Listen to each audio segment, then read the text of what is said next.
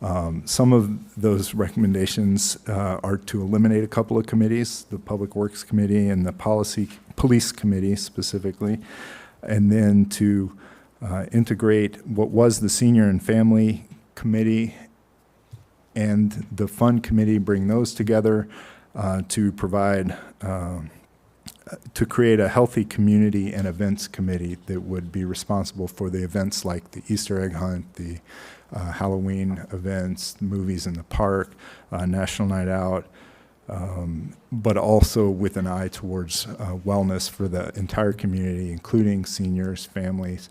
And this would be, they would also fill the role of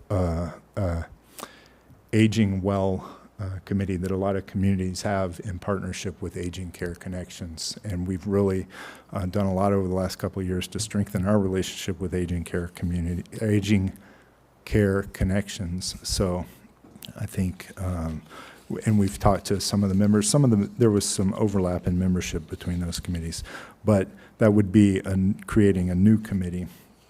And then the memo goes through suggestions for scope and roles and membership of each of the committees. So that's kind of the introduction of the committee's discussion. We're kind of looking at me as it related to Public Works.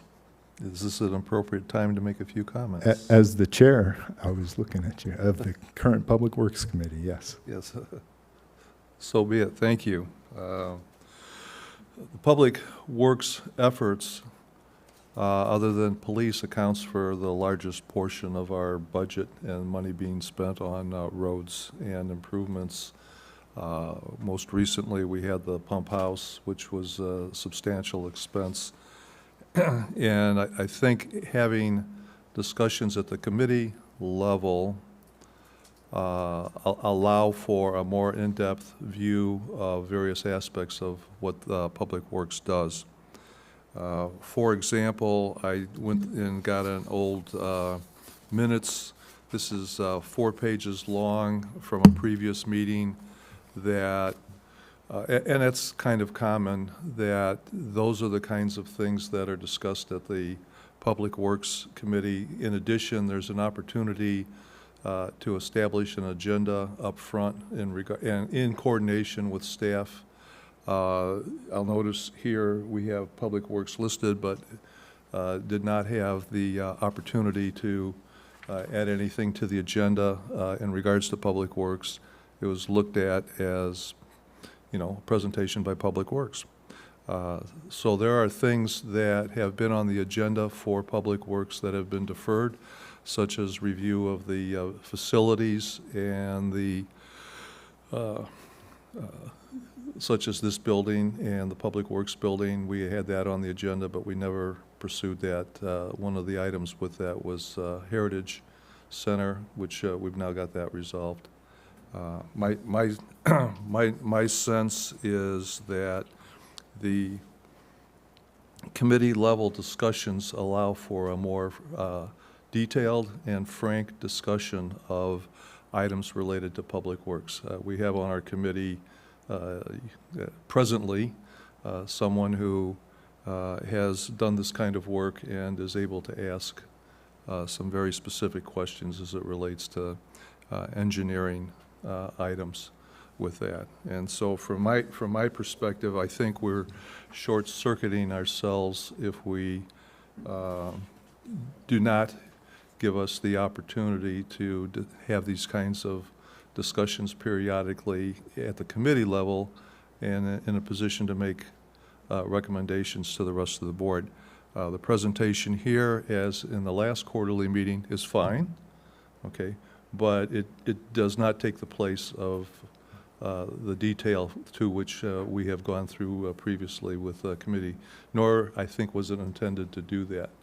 You know, it was a presentation of what was going on in Public Works, and it was accepted, but that did not take into consideration any alternatives and or different kind of views. So from my perspective, I don't think we're quite ready to eliminate Public Works, although we've made a lot of progress in the last couple of years in regards to things related to Public Works. Thank you, Joe and Gavin.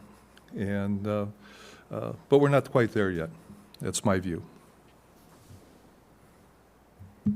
Thank you. Piggyback, not to jump, but I'll piggyback Charlie being on the police committee with Brenda.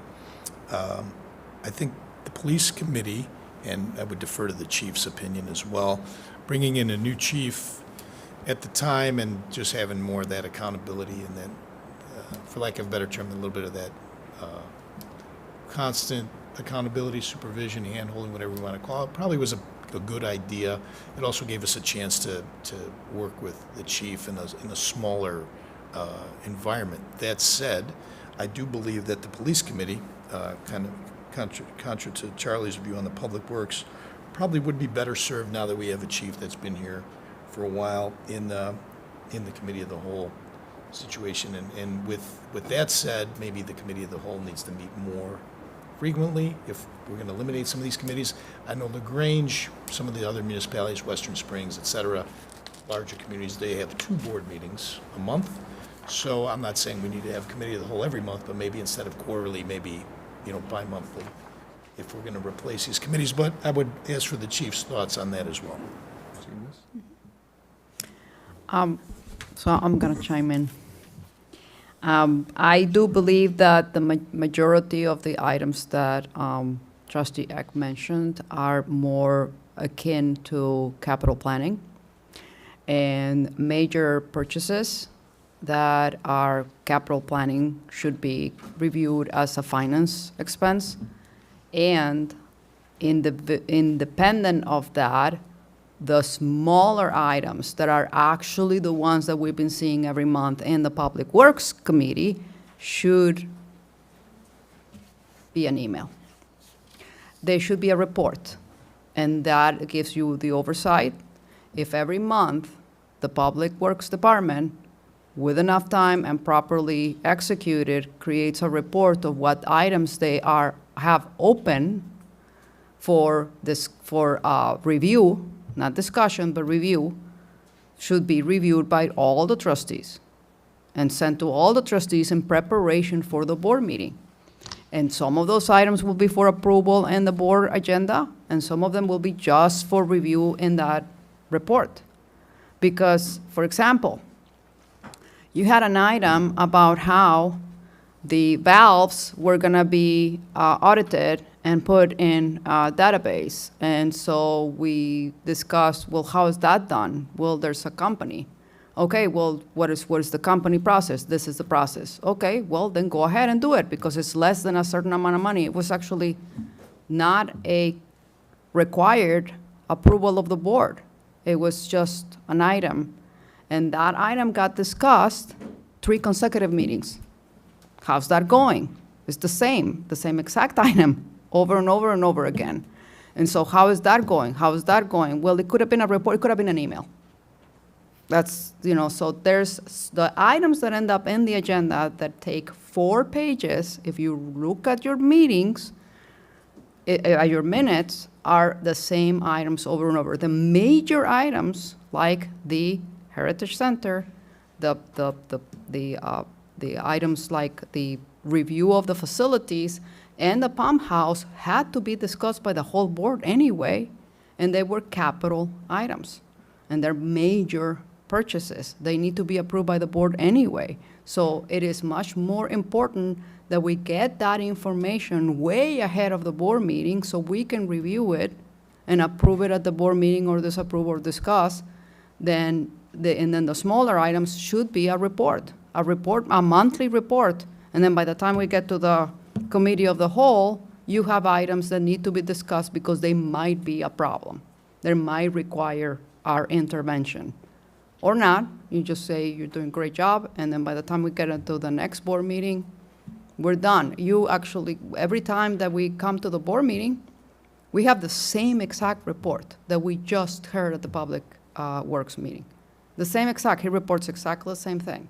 So there was nothing to really, and the items on the asphalt, we're not experts on asphalt. So I understand that there's a member that might understand about asphalt, but his comments are the same every single meeting. So At some point, we have to trust the engineers. We're here for review, we're here for oversight, not to actually micromanage and tell them who they should hire, which engineering company should be doing this or that. That's why we create bids, that's why we create RFPs. And then they come to the board. So we do have an opportunity. Every single month, you have an opportunity to discuss the items if you want to discuss them during the board meeting openly to the whole public, not just in a little office with only 3 members. If they are off the actual requirement that we discuss them and vote them up or down. So that's my view. I think that we do have enough opportunity for oversight with every month we have a board meeting, and then every quarter the committee of the whole, and I think that the major items should be considered capital items, and they should be seen under the finance committee.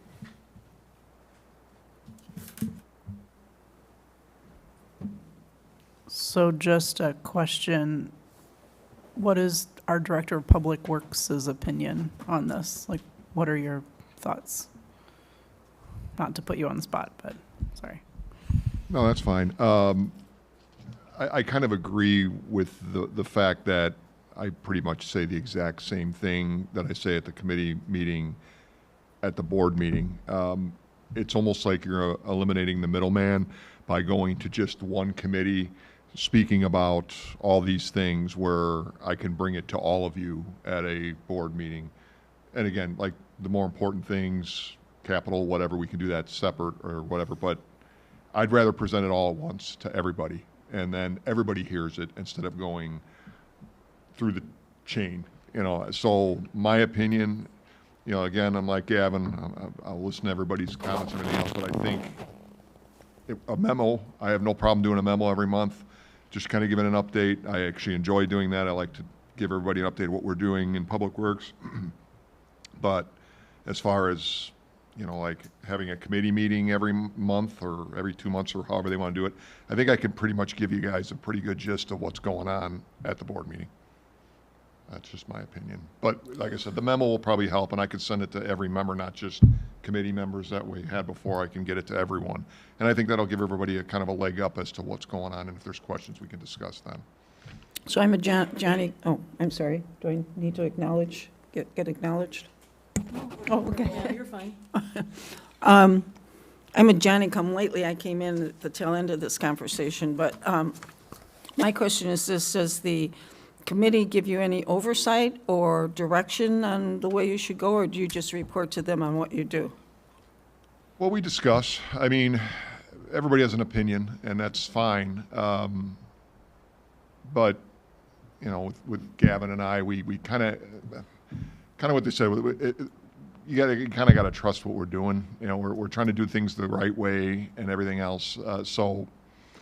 But yeah, we discuss and talk about it, but we could do that on a board meeting level as well. I'd like to hear everybody's opinion, not just 2 members. So a comment and a question, if I may. Comment is, I'm not a Public Works person, so I trust our director for a reason. So if he seems to think that covering things singularly would streamline things for him and the team, I support that 100%. My question is, let's say we do move to deciding to eliminate the committee, and let's say fast forward 12 months and we're like, this isn't working out. Can we reestablish a committee? Absolutely. Okay, perfect. Well, my sense is that I'd like to entertain this discussion at the end of the year and keep the committee going. We've just moved it from monthly meetings to every 2 months so that we can allow time for the Public Works Department to make progress on items. And there are discussions that are held at the committee level that are, you know, pretty specific. We've had a history of Public Works having some errors in the past. For example, the streets that were done, Pontiac and in Ashbrook, we had an inspecting engineer for that. They came in, and this predates pretty much everybody here. But that's an example of something that was done, and long story short, the company that did the roads went out of business. The engineer we fired because they didn't do a good job on that. But we didn't have the committee at that time looking at those kinds of things. Now we're talking about reclamite and putting that down so that we can extend the life of our roads. And some of the conversations are more detailed than what we have in the committee. So if we have a meeting that is an hour to an hour and a half long, and the presentation that's made at the committee of the whole is 15 to 20 minutes, what's the difference? So there are things that are being missed when we're looking at the committee of the whole. Do you not think, I mean, it sounds like we're looking to just streamline this entire process. And, that's a lot of echo. With streamlining the process, if something much larger came up, like a pump situation again, couldn't you just create an ad hoc committee to then just focus on that one certain thing? That's And part of then- my recommendation, yes. Yeah, and then have monthly from Jim to report back, and if there's anything much larger, have an ad hoc committee that would then go ahead and focus and take care of that, where you can meet with structural engineers, you can get all the details, and then this way, we can continue to keep everything moving and streamline. Oh, Joe, sorry, Joe. And to play devil's advocate, Charlie, Pardon me? to play devil's advocate to your comments, Yes. a lot of what you said strikes me as Gavin's job, to have oversight of what Public Works does on a day-to-day basis and any long-term plans that they have, and they will then bring it to us. I mean, if I was in Gavin's position, I'd want to be responsible for that. And, And you know, there you are can items, hold- there are items on the agenda that we haven't gotten to as well, Gavin, that have stood for a year and haven't been presented to the committee. So And you those brought are- up- Those are items that we deferred, sometimes consciously, sometimes not so consciously, because of all the staffing changes and the other priorities that have been coming up. right.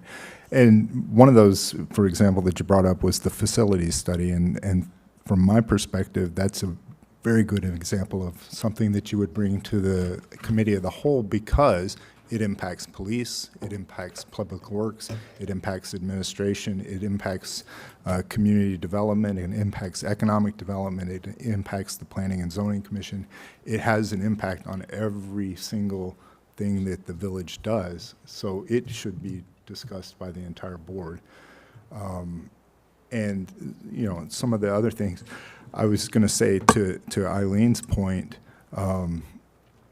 it would be a lot easier to, if something gets screwed up and a road doesn't get taken care of the way it should have been taken care of, it's easier to fire Joe and I than it is to fire any of the committee members. So the accountability is a little more direct, I guess, is my point there, if, to Eileen's point of it being the staff job.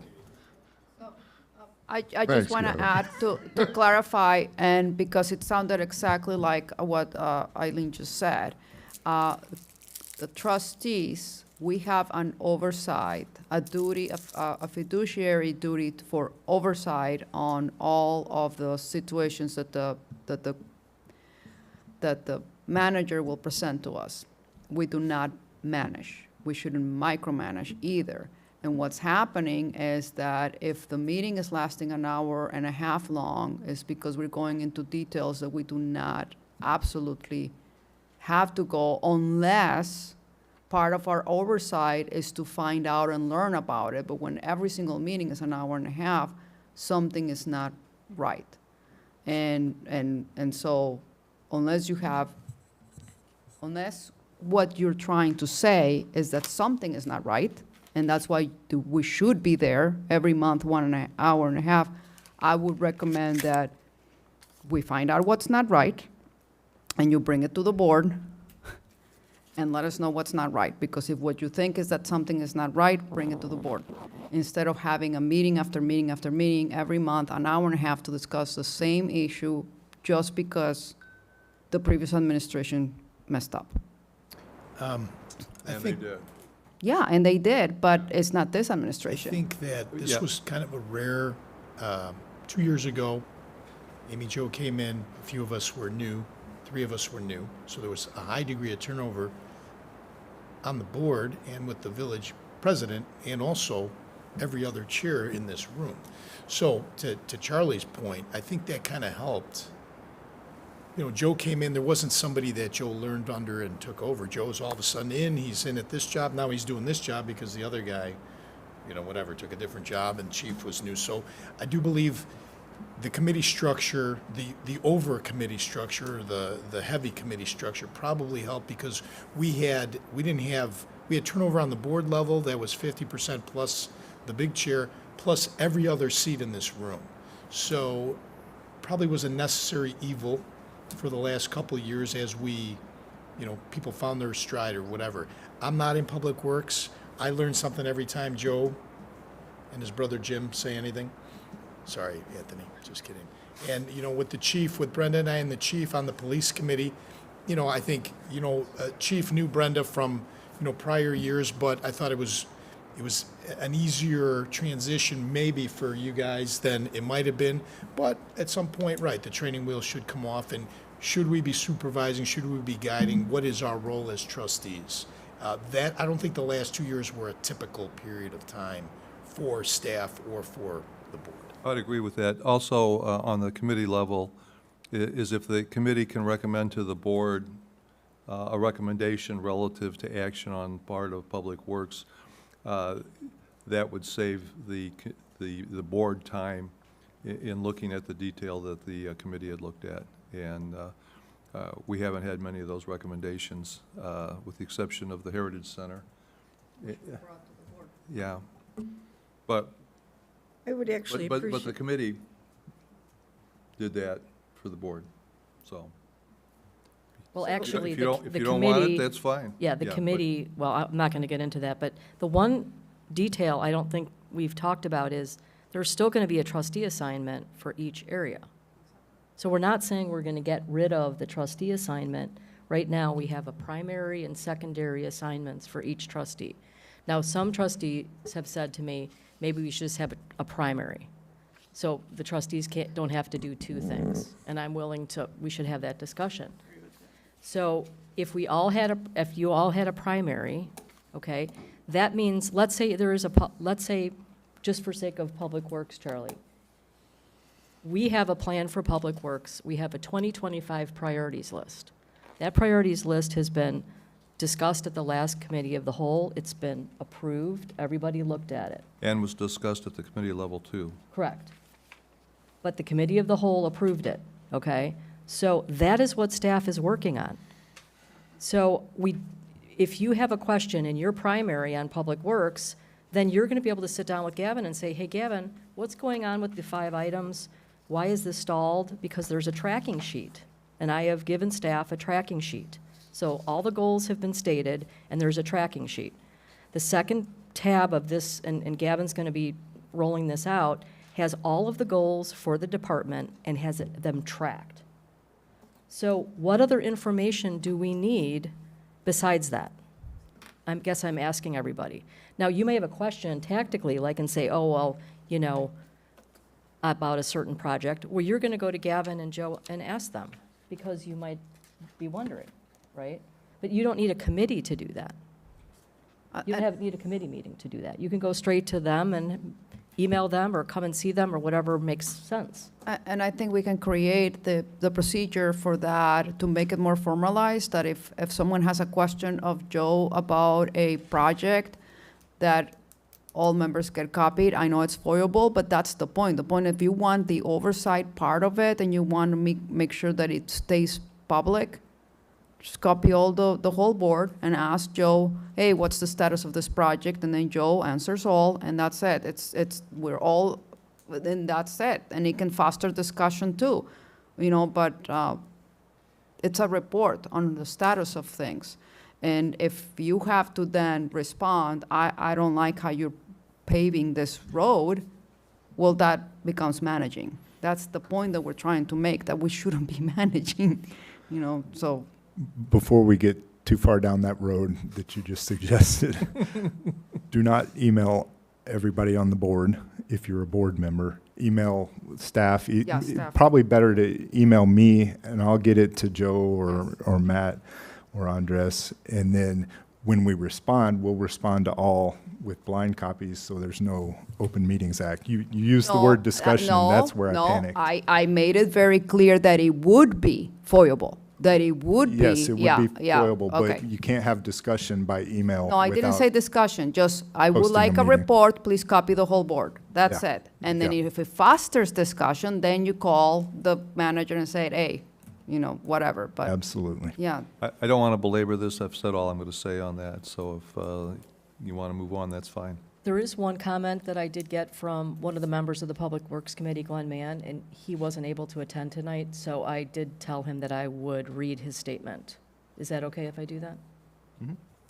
It says, this is from Glenn Mann, who is currently on the Public Works Committee. As to the rationale to disband the Public Works Committee, I find it curious, since it would leave very minimal direct oversights on public works activities. This would essentially leave what is brought before the board or committee of the whole solely up to the discretion of the village manager, not what I would consider well thought out, to say the least. Based on what we've already seen, the Public Works staff and Gavin are all too ready to accept the various consultants' recommendations without questioning where they should. It gives one pause. One must remember the adage, seeing is believing. Eliminating the committee for the second largest budget item, infrastructure, is a relinquishing of a singularly critical aspect of the fiduciary responsibility of the board overall. And to assume a quarterly meeting of the COW could either address or follow all issues that arise in the Public Works Department is unlikely. Or one could say, when the committee is no more, when the cat's away, the mice can play. The Public Works Committee meeting monthly is much better situated to perform the necessary oversight function. An experienced contractor, engineer, or other person familiar with the many facets of the Public Works activities is a necessary component of a properly constituted committee, along with the assigned trustees. This applies whether or not I'm even on the committee in the future. Respectfully submitted, Glenn Mann. Well, that's interesting.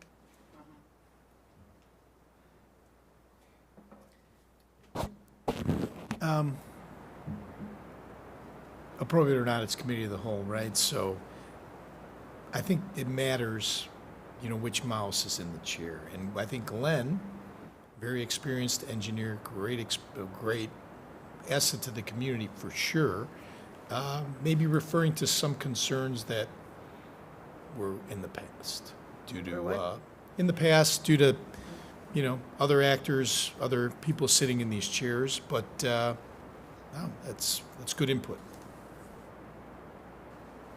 I guess I'd like to be reassured that his concerns are not well-founded, and that you are studying whatever, it sounds like he's talking about proposals that would come in for work to be done, that we're sufficiently understanding why we're making the recommendations to accept or not accept, and what we base our decisions on.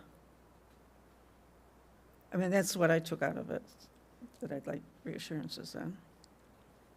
I'm going to chime in again. We are the stewards of Finance Committee, Public Works, Police. It is incumbent on us not to maybe get out of here, or again, more committees of the whole, maybe quarterly is not enough if we're going to do that.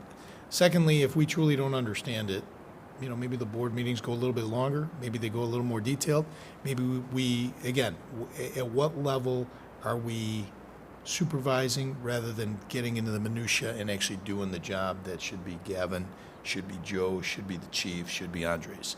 And again, I guess that's what, again, we should define it not necessarily for just this particular group of trustees, but down the road too. I mean, we can't anticipate that everybody that's sitting in that chair is not going to be qualified. Well, I think we should assume that they are qualified and manage that way with the adequate protections, which is why if we don't have enough information or we feel like we have to table it, that's incumbent upon us to read the packet, to maybe get the packet a little bit earlier on some of those issues. that's for Charlie. Maybe, maybe if he had less committee meetings, Charlie, he'd be able to get the packet out. That's from Gavin. But That's that's, Yes. but that's why we got into this discussion, to be very direct with all of you, is because there were meetings online that didn't have minutes, okay? We have to have minutes to meetings, right? We have certain duties we have to our public to administrate meetings, committee meetings, and how we manage the village. So we're small, and we're not trying to take away any of the trustees' oversight in what they have to do. So everyone will have a committee, will have an oversight of a department. Public Works will be one of them. So you're still going to be able to have those discussions. You're still going to be able to discuss, here's our priorities, here's what we're doing, here's what's going on. But it's not going to be a formal, you have to announce the meeting, publicly announce it, you have to have minutes, you have to have, these are going to be in meetings with, for instance, you would be meeting with Gavin and Joe about a specific issue on Public Works together. That would mean you could ask any question you want, but it's not going to be an announced committee meeting with the public.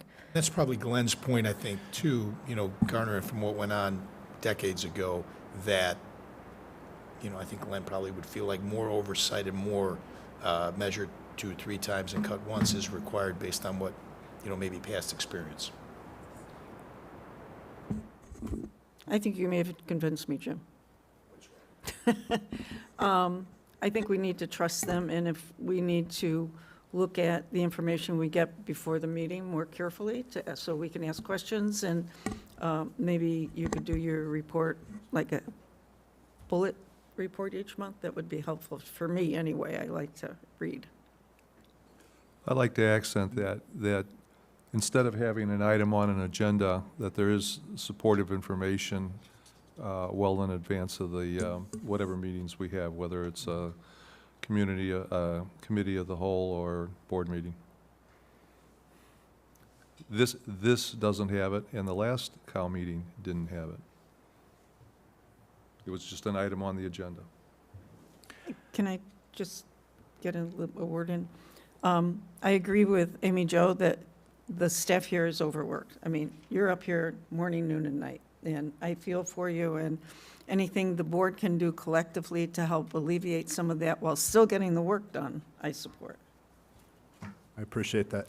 And I will say that Joe, Matt, Andres, and I all do bring every bit of our expertise, our ethics, our ethical codes, and everything to the job every day and what we do. And I want to say, yes, we're committed to bringing you the best information in the most efficient way and effective. And we're also available always to answer questions. We don't take it personally when you say, we can't vote on this tonight because we need more information. What you've given us isn't enough. Please give us more. Here are some other questions we have. But I do think, one of the issues, that has been brought up is how long it takes to get through things. And sometimes that's because it gets stuck in committee. And I feel like this would be a way to make sure that we're always moving forward and always making progress on issues. And to Trustee Gazis's point about meeting more often, I do think that more than quarterly is a good idea for the committee of the whole. The one question, though, I have to Trustee Eck is, what are the issues? We don't have to discuss these tonight, of course, but if there are other issues that haven't been handled on Public Works that should be on a list, then I would like to understand, we do have a list of Public Works items. I think there's 40 things on that list, that we have a master list of items. So those are probably potentially down in priority. So if you guys want to move something up, or we have an emergency and it has to be moved up, if you're the Public Works trustee, then you're going to know that that is something that has to be considered, because that's going to be discussed, like where Joe's going to go, oh my gosh, we have to do X and Y, it has to move up. So if you have something that you think is not on the list for prioritization, then that all should be discussed right away. I was just assuming that on our master list, we have all your items. So please make sure that that's happened, if there's things that aren't on the list. Because we did the 2025 priorities really trying to understand, that was part of the problem, is that we had too many things on the list and then staff couldn't focus on it. And that's why we're trying to keep it to these very specific items and then only reordering priorities when we have to. And I think that'll help staff too, so we don't keep getting re-engaged in other things. Because the ad hoc things that happen every day also take staff off task. And that's just normal business that happens at the counter or whatever happens in the village.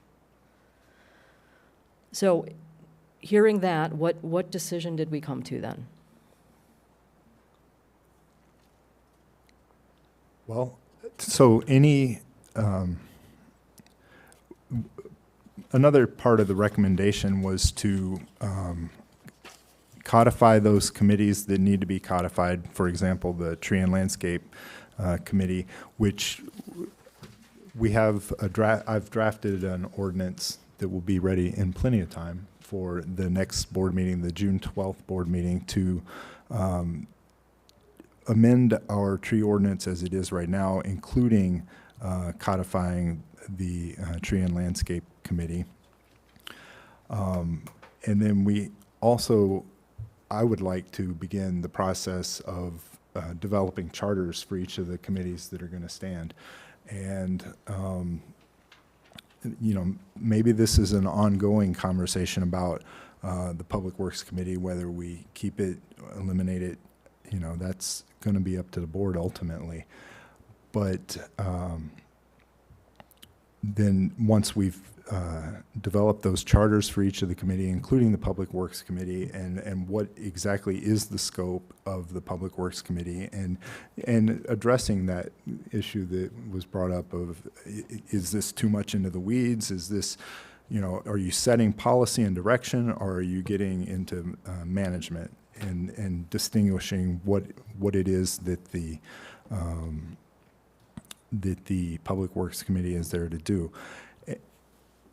So, and I know, originally when these committees were established, one of the goals of them was to increase public engagement. And I think that we've, over the last couple of years, done a lot to increase public engagement. And I don't think that the way that we have one member of the public on the Public Works Committee, that's not necessarily public engagement for the whole community. So, I guess getting deeper into the conversation of what are the scopes of the committees, what is the goal of the committee, I think those are some more, that more conversations need to be had. But right now I wanted direction from the board about, which conversations do you want me to have? Do you want me to have the conversation of eliminating the police committee, the Public Works Committee? If you tell me no, not right now, then I go with that. So I just need some direction from you on that. Do you want me to start scheduling bi-monthly committee of the whole meetings? One point that is in the agenda, it's kind of, in the memo, it's kind of buried, is that if we have any committees that we have, we need to establish a schedule, and we need to stick to that schedule. And that's for, the biggest reason is the Open Meetings Act. You have to make meetings accessible and not, if we move them around, it could, a resident could say, well, I never know when the meeting is, so they've made it hard for me to know when to be there for the meeting, and therefore they're having closed meetings. And these meetings do end up closed. We rarely have anybody from the public outside of the members of the committee at the meeting. So same place, same time, regularly scheduled, and not move them around. That's one thing that I absolutely want to make certain that a point that I make. Can I add one caveat to that? Yep. So I have found times with the Economic Development Committee and the Heritage Center as well, that to me would be to no avail because there's nothing to discuss. Right, canceling Under a certain meeting. circumstances. Right. canceling a meeting is different Okay. than kind of moving around the calendar a lot.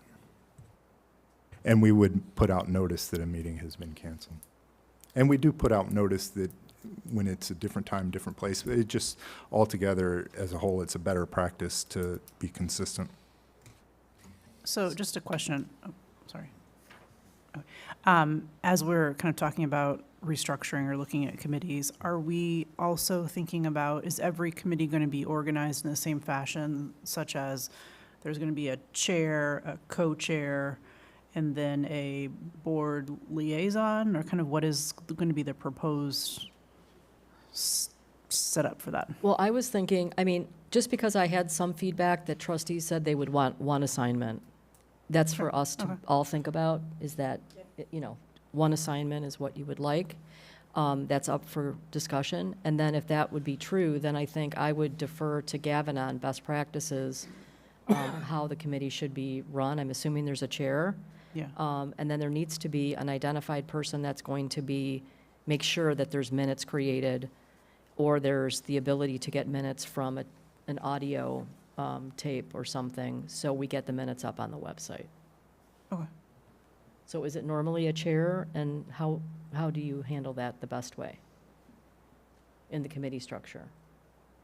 Yes, there's normally a chair, and you could appoint somebody as the minutes keeper, the clerk of the committee, or, however you see fit. But, yeah, it's normal to have a chair, yes. So the chair would be a board member? I don't think, does the chair have to be a board member? Does not have to be, but that's been the practice here. I mean, you guys have been other places, Andres, do you have? Yeah, so most of the time that I've seen this, there's at least one, possibly two board members on the committees. And so, yeah, it's usually like one of them is the chair and one of them is the vice chair, but not always. Sometimes, if there's only one trustee there, the one trustee on the committee, they're the head of the committee, and then they have a designated vice chair who takes over the committee in the absence of the chair, so that they still have someone they know who exactly is the next person up in line. Right. Because once you start getting past two people going down, you start, very quickly not having enough for quorum. And that was kind of another point as Gavin talks about consistency, is right now our committees are all over the place in size. Public Works is 3. I don't know if it's established 3 or if it's just 3 members. The Economic Development Committee is 8. They should always be odd numbers, because with quorum rules, 8's the same as 9. So if you want them that big, then you really should have, an odd number on that. I don't know planning and zoning is a little different, but that's also 7. So that's one of those things, is looking at the committee structure, is also looking at how many people are on the committees, what's a good number for them. I do like 7 and 9s in general, just because it's a little easier to find enough people. So if you have one person gone, you're not barely making quorum. And also sometimes, who do you want on the committees? In some planning and zoning commissions, they ask to have, like, in bigger cities, obviously, they'll have, like, one member must be an architect, one member must be an engineer, one member must be or something like this. Sometimes I've seen that in public works committees, though most public works committees I've seen eventually morph into capital projects committees. Yeah, they'll say, like, we need someone who has an engineering, or someone who is traffic. Like I said, there's a lot of bigger ones. And sometimes committees also, especially if they're public works or something with geographic, they require them to have almost like not really a ward, but almost like a geographic. Like, we want to make sure there's somebody from the west side of town on this, and the east side of town, and the south side of town, or on the other side of the river. As when I was in Algonquin, we made sure we had some members from the other side of the river, because they were always left out. So, some more thoughts for you. Well, and that's another idea, not to confuse people with the Public Works Committee, but maybe you make a capital infrastructure committee. That Or economic, I don't know where that belongs, but that is a good point. that Yeah. Or non-finance, right? That's what happened. Eventually morphed in Burr Ridge. What happened? They had a streets policy committee, they had a sidewalk and something committee, and they had a public works committee, and they basically all made and they didn't meet all the time. They all met like quarterly, but on a different quarterly, and they finally said like we should just combine them all together. And I forget what name they came up with. I think they came up with like streets and infrastructure and something like that. Yeah, Countrysides is infrastructure. Yeah. But And- there's nobody on it but three aldermen. They have 3 aldermen on every committee. So that's the way it was. When I was in Elmhurst, they had 3 aldermen on each of the subcommittees, and the committees at Evanston were also all trustees. So those did, the purpose of those was, as Charlie said, for one thing, they had double-digit aldermen, 14 in Elmhurst and 13, or I'm sorry, 11 in Evanston, I believe. My point being that they were much bigger boards, and so dividing and conquering was better, worked better. But those are, the reason they had those was so that they could break things up into chunks and then just come to the board meeting and have a summary of those. Over the years, that morphed into everybody, all of the aldermen had an interest in health and human services. All of the aldermen had an interest in finance. So they all started showing up to all the meetings, and it became a committee of the whole. And eventually we moved to a model where we had committee of the whole meetings on a regular basis because it touched on everything, like I was saying earlier. And so, with our finance committee, for example, it's grown over the years as people graduate from being public members of the finance committee to becoming trustees. Trustee Gazis, Trustee Inako. I think, were you on the finance committee before you became a trustee? Charlie was. At one point, Yeah, Charlie was, So you all become trustees and then want to stay on the committee. Now it's basically a committee of a bunch of you. So it might as well be the committee of the whole. That's my thinking. But I'm still recommending that we keep a finance committee and that we be definite about the scope of the finance committee. And looking at revenues. I mean, overall, not looking at how the finance department does their work as much as looking at the big picture of funds and policies. So, I like the idea that Andres suggested, is that a trustee be the chair of each committee, and then they designate somebody on their committee to be the vice chair in their absence, rather than us spreading ourselves too thin. I mean, there's only so many of us to go around for all these committees.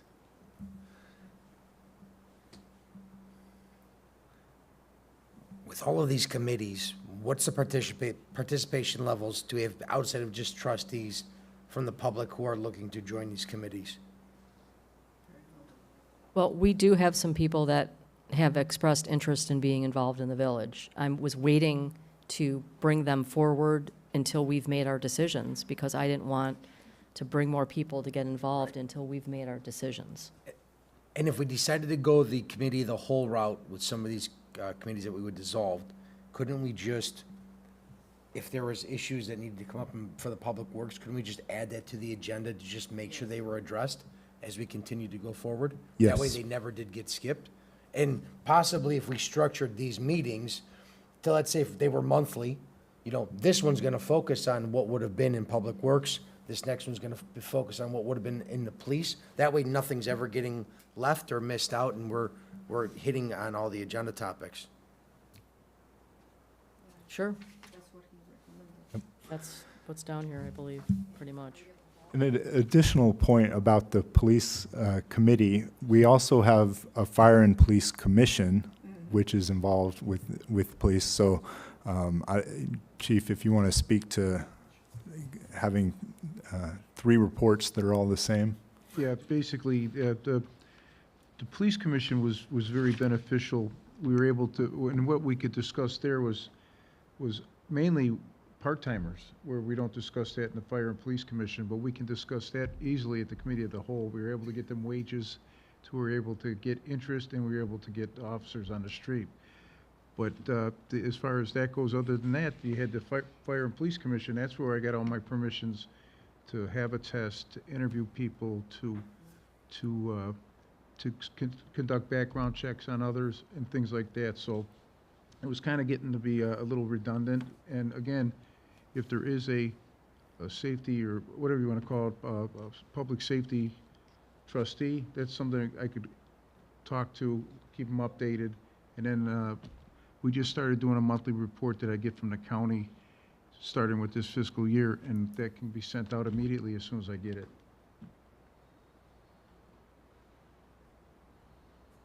I agree with the chief regarding police. Sounds like 90% of it can occur at the commission level, which we already have, and then committee of the whole and the board should cover the rest. Right, so there would be a police trustee still, but that would be assigned, but there would be no committee. And then Gavin's point on the rest are all here, the list, so please take a look at this list. We will not be making any final decisions tonight, but this will be brought up on the next board agenda so we can make a final and have a final discussion and agreement and a vote. So if there's something else that you all think about in between now and the next meeting, by all means, bring those ideas forward and let Gavin know what you're thinking. This is certainly ideas that he's put together, his recommendations. So please let him know, or myself know, or however you want to email the board legally to let us know what your thoughts are on these topics. Any other comments or questions on this particular item before we move on? All righty, we will now move on to the item B under discussion items, the waste hauling agreement. So Charlie, Jim, Joe, and I have been, we met with Sean Flood from SBC because our 5-year franchise agreement with them is expired. Well, it has expired, but we got an extension to October. And this group I brought together because there are finance questions, there are public works questions about it, and I know that Charlie has a background in negotiating on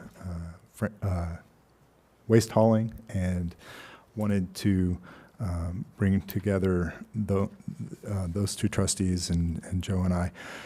So we talked to Sean Flood and about some of the issues that have been come up over the years and we did a waste hauling survey that talked about some of the issues. And the main thing that came out of the waste hauling survey is that people take issue with their previous waste hauler would pick up just about anything without a sticker on the garbage or anything like that. So that came up a number of times in our survey. And I believe in our conversation with Sean, we got to a point where he agrees and is able to probably shift the model that they use so that they can pick up more of our stuff without involving the stickers. And probably most likely we would get rid of the sticker program altogether and change that. But the point being that Sean is willing to listen to our issues, is willing to make adjustments. And at the same time, we've also been meeting with a consultant from the West Cook Solid Waste Agency. The conversation initially started as getting he would write the RFP for us and help us with evaluating proposals that came in from any of the waste haulers. Where we got to in our conversation with Phil from the Solid Waste Agency was that right now, because of the model we have, and rather than 5 years ago, us requiring every single-family and townhome residents in the village to be part of the franchise agreement. We left some out, we made some optional, and then we required others, which ends up with a jumble, which is not necessarily something that the industry looks at and says, oh, I want to jump in there and be their provider. So the discussion we had with Phil was, do we create a model where we require everybody to be in? Do we create a model where we only do the single family that is not in a homeowners association and then make it optional for all of the homeowners associations? Or do we just take the model we have, who is in the agreement right now, and go out to bid with that and possibly open it up for others to join? His recommendation was sticking with the franchise agreement, who's in the franchise agreement now. However, there are some who are in the franchise agreement now who might not want to stay in. It's been expressed. So, and I'll let Jim and Charlie also chime in with their thoughts, and if Joe, you want to also. But where we're at now is the next step, the next thought after we had a long conversation with Phil is based on his understanding of the market. It is a good idea to try to negotiate with SBC, get them to increase their level of service, negotiate on price and service level, and leave our model as it is, leave pickup as it is. You know, we have the Ashbrook townhomes are on Monday. Everybody, the rest of the village is on Friday. Leave it there and move forward with negotiating with SBC. So that's the recommendation. Why? Because What's his justification? because we think that we'll do well on price with that, and I think we can get to the service level that we need, or that folks have come to us saying that they would like, and it will be hard to get a better price based on the model that we have here, where we've kind of got some people in, some people out, and that. Go ahead, Well, Jim. and I'll chime in. Yeah, the consultant felt based on, and we did the brain dump, and Charlie and I went back and forth with some banter. Bigger picture, I don't know what happened 5 years ago. Opt in, opt out, force some in, let some out, whatever. You know, I think that's a little bit of a disaster, but that also is reflective of the village that we have with 13 separate associations with different needs. The towers have different needs, et cetera. Consultant thought, man, we could dance the dance and get the RFP, but you know, of the 4 or 5 players that are in the market, 2 or 3 are not even gonna, we really don't have the players. You probably have Groot, who we had, who was, I think, a premium for better service. SBC is the low-cost provider. They're kind of the new kid on the block, so to speak, and we're probably not gonna compete on price, better price, so can we get them to increase the service without necessarily killing us on price? So that was the consultant. He's been on both sides of that negotiation. Overall, I believe it's a complete mess, this whole octopus that we've created on waste hauling, and I'll defer to What's Trustee the- Eck What's the drawback on the of rest just of it. eliminating the opt-in or opt-out? Everybody opt-ins, we put all our negotiating power together Correct. and go forward. Exactly. Yeah, let me give you some numbers Agreed. if I can. We have roughly 1,700 household units in Indian Head Park. Of those, roughly 1,400 are in associations. And of the 1,400, some have bins, some have bags, some have yard and a half, what do you call them, the dumpsters, okay? And so when this was done originally, it was looked at primarily at those that had bins. The bins are a 35 gallon, a 65 gallon, or a 95 gallon. And that's roughly, rough numbers, roughly 700 units of the 1,700 units that we had. Roughly 600, these are round numbers I'm giving you, roughly 600 units are dumpster, and roughly 500 units are bags on that. So there was a distinction between being able to provide a service, this goes back 5 years ago, for those particular types of trash.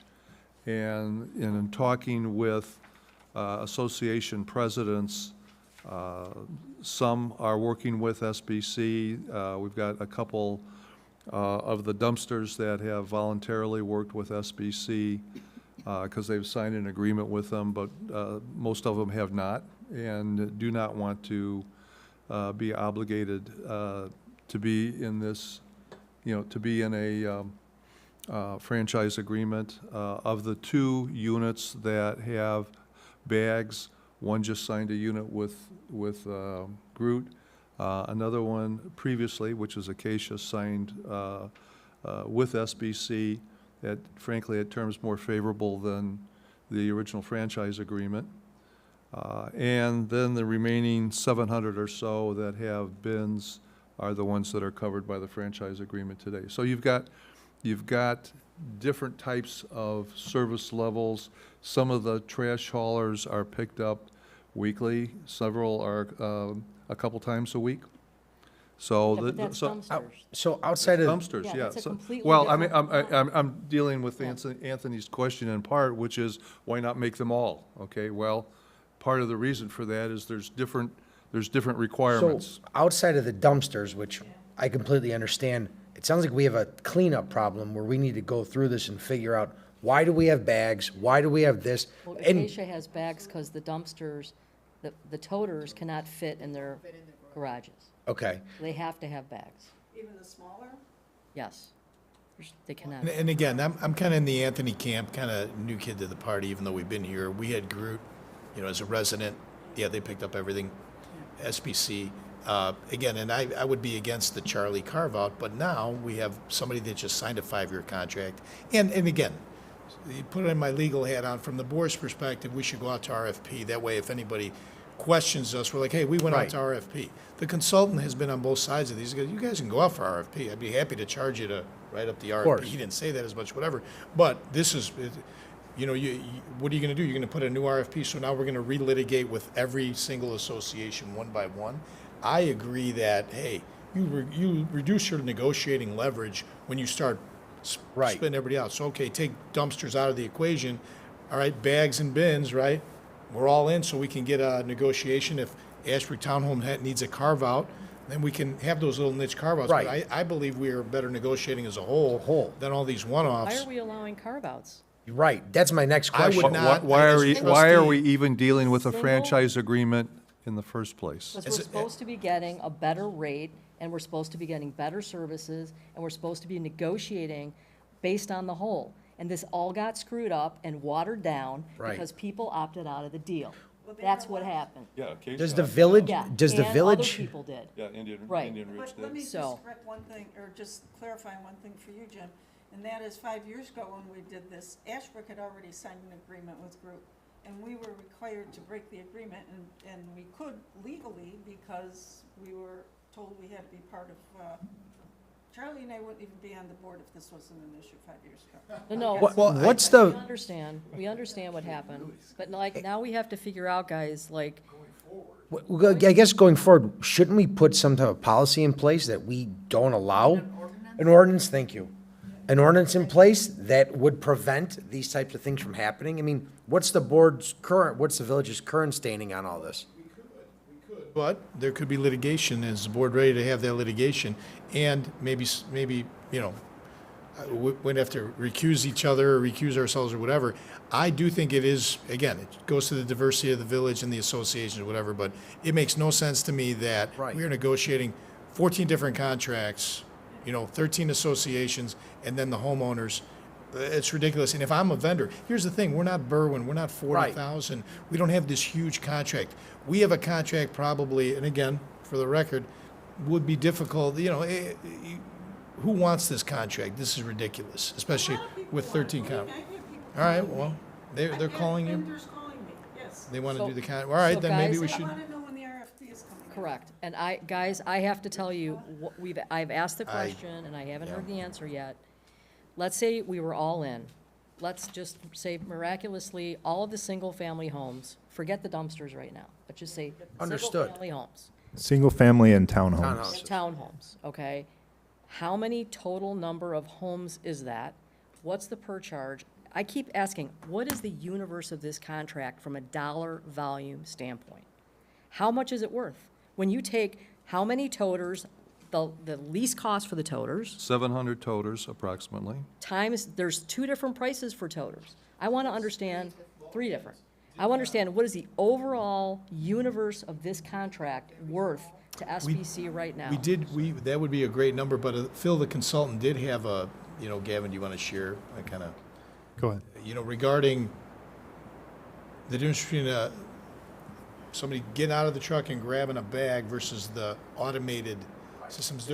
The numbers do matter in terms of, yeah, what's the total contract with, but it is, you know, when you need two union guys on the truck versus one guy with an arm over time, you know, those are the metrics that probably matter. But to Amy Jo's point, yeah, the universe of this contract, I'm glad people are calling people and trying to see when the Right, I mean, RFP's how coming out, much is but this thing worth total, Yeah. all in?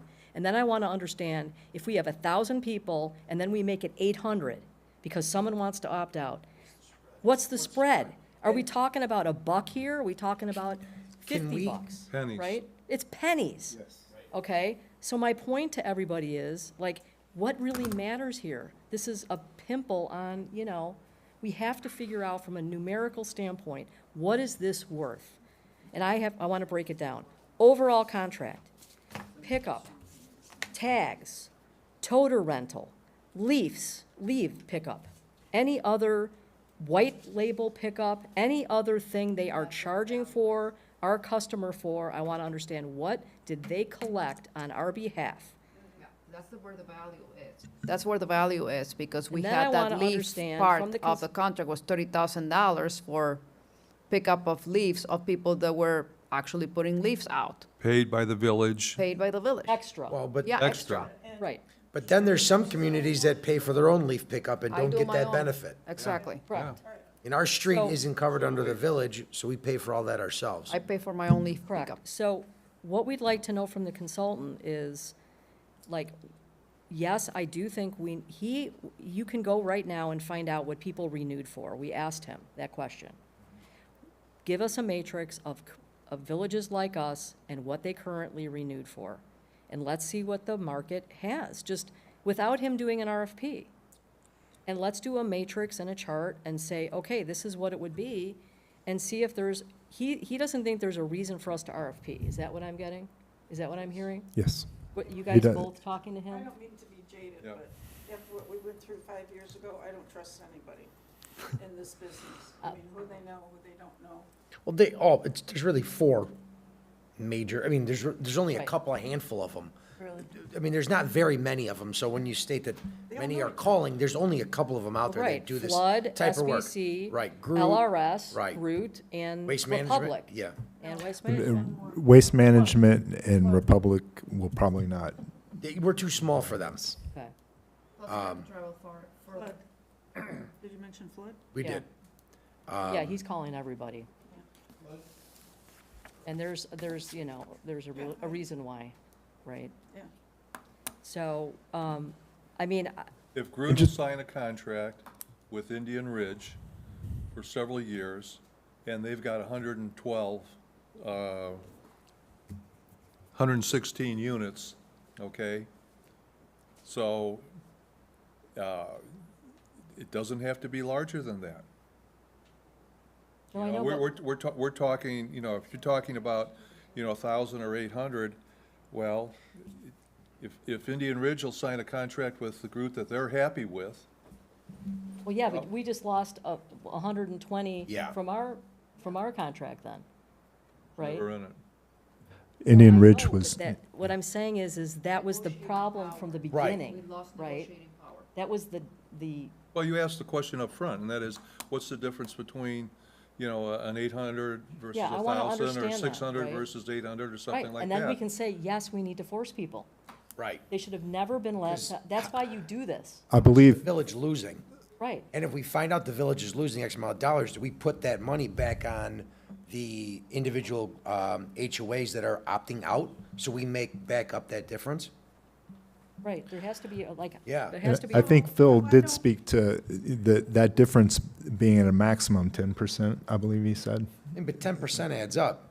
So, Right, but we don't know the overall contract. Anthony, to your point earlier, I thought I heard you say we should have the whole village minus the dumpsters. Right. As part of the contract, as part of the RFP.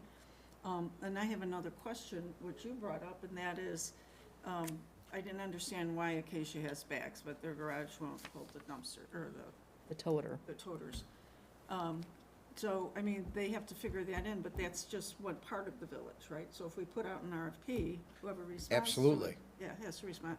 That's what I would be for. I think. I agree with you. What happened 5 years ago was so shady for a whole lot of reasons. I think we need to start all over.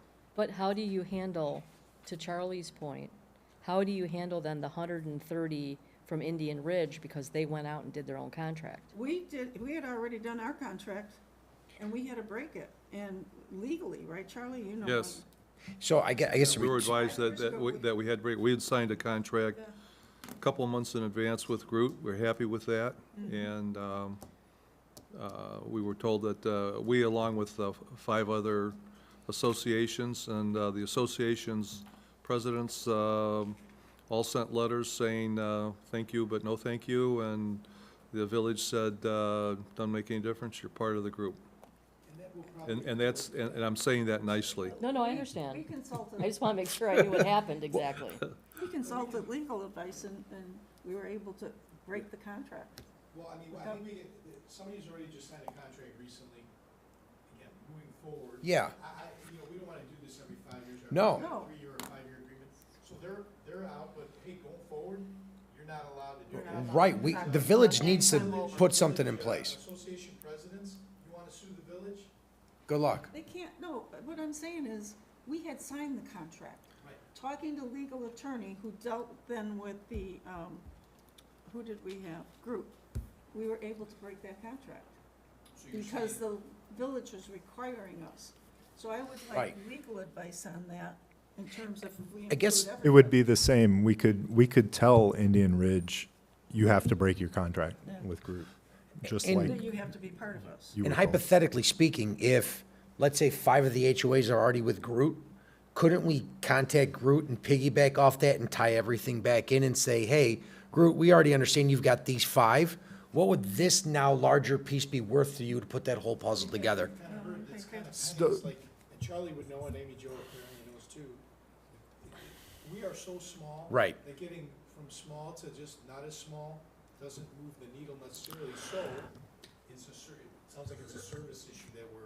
But it No, helps, To- it helps to- on his point that now you actually are bringing their contract into, folding it into the bigger contract, and now everybody's in the same step. Remember, But There's I, no I want to offset. address Anthony's suggestion though about Groot. We couldn't go to Groot and say we want to sign a contract with you. We have to do an RFP. We have to do Understood. go through a whole legal process to get a new franchise agreement.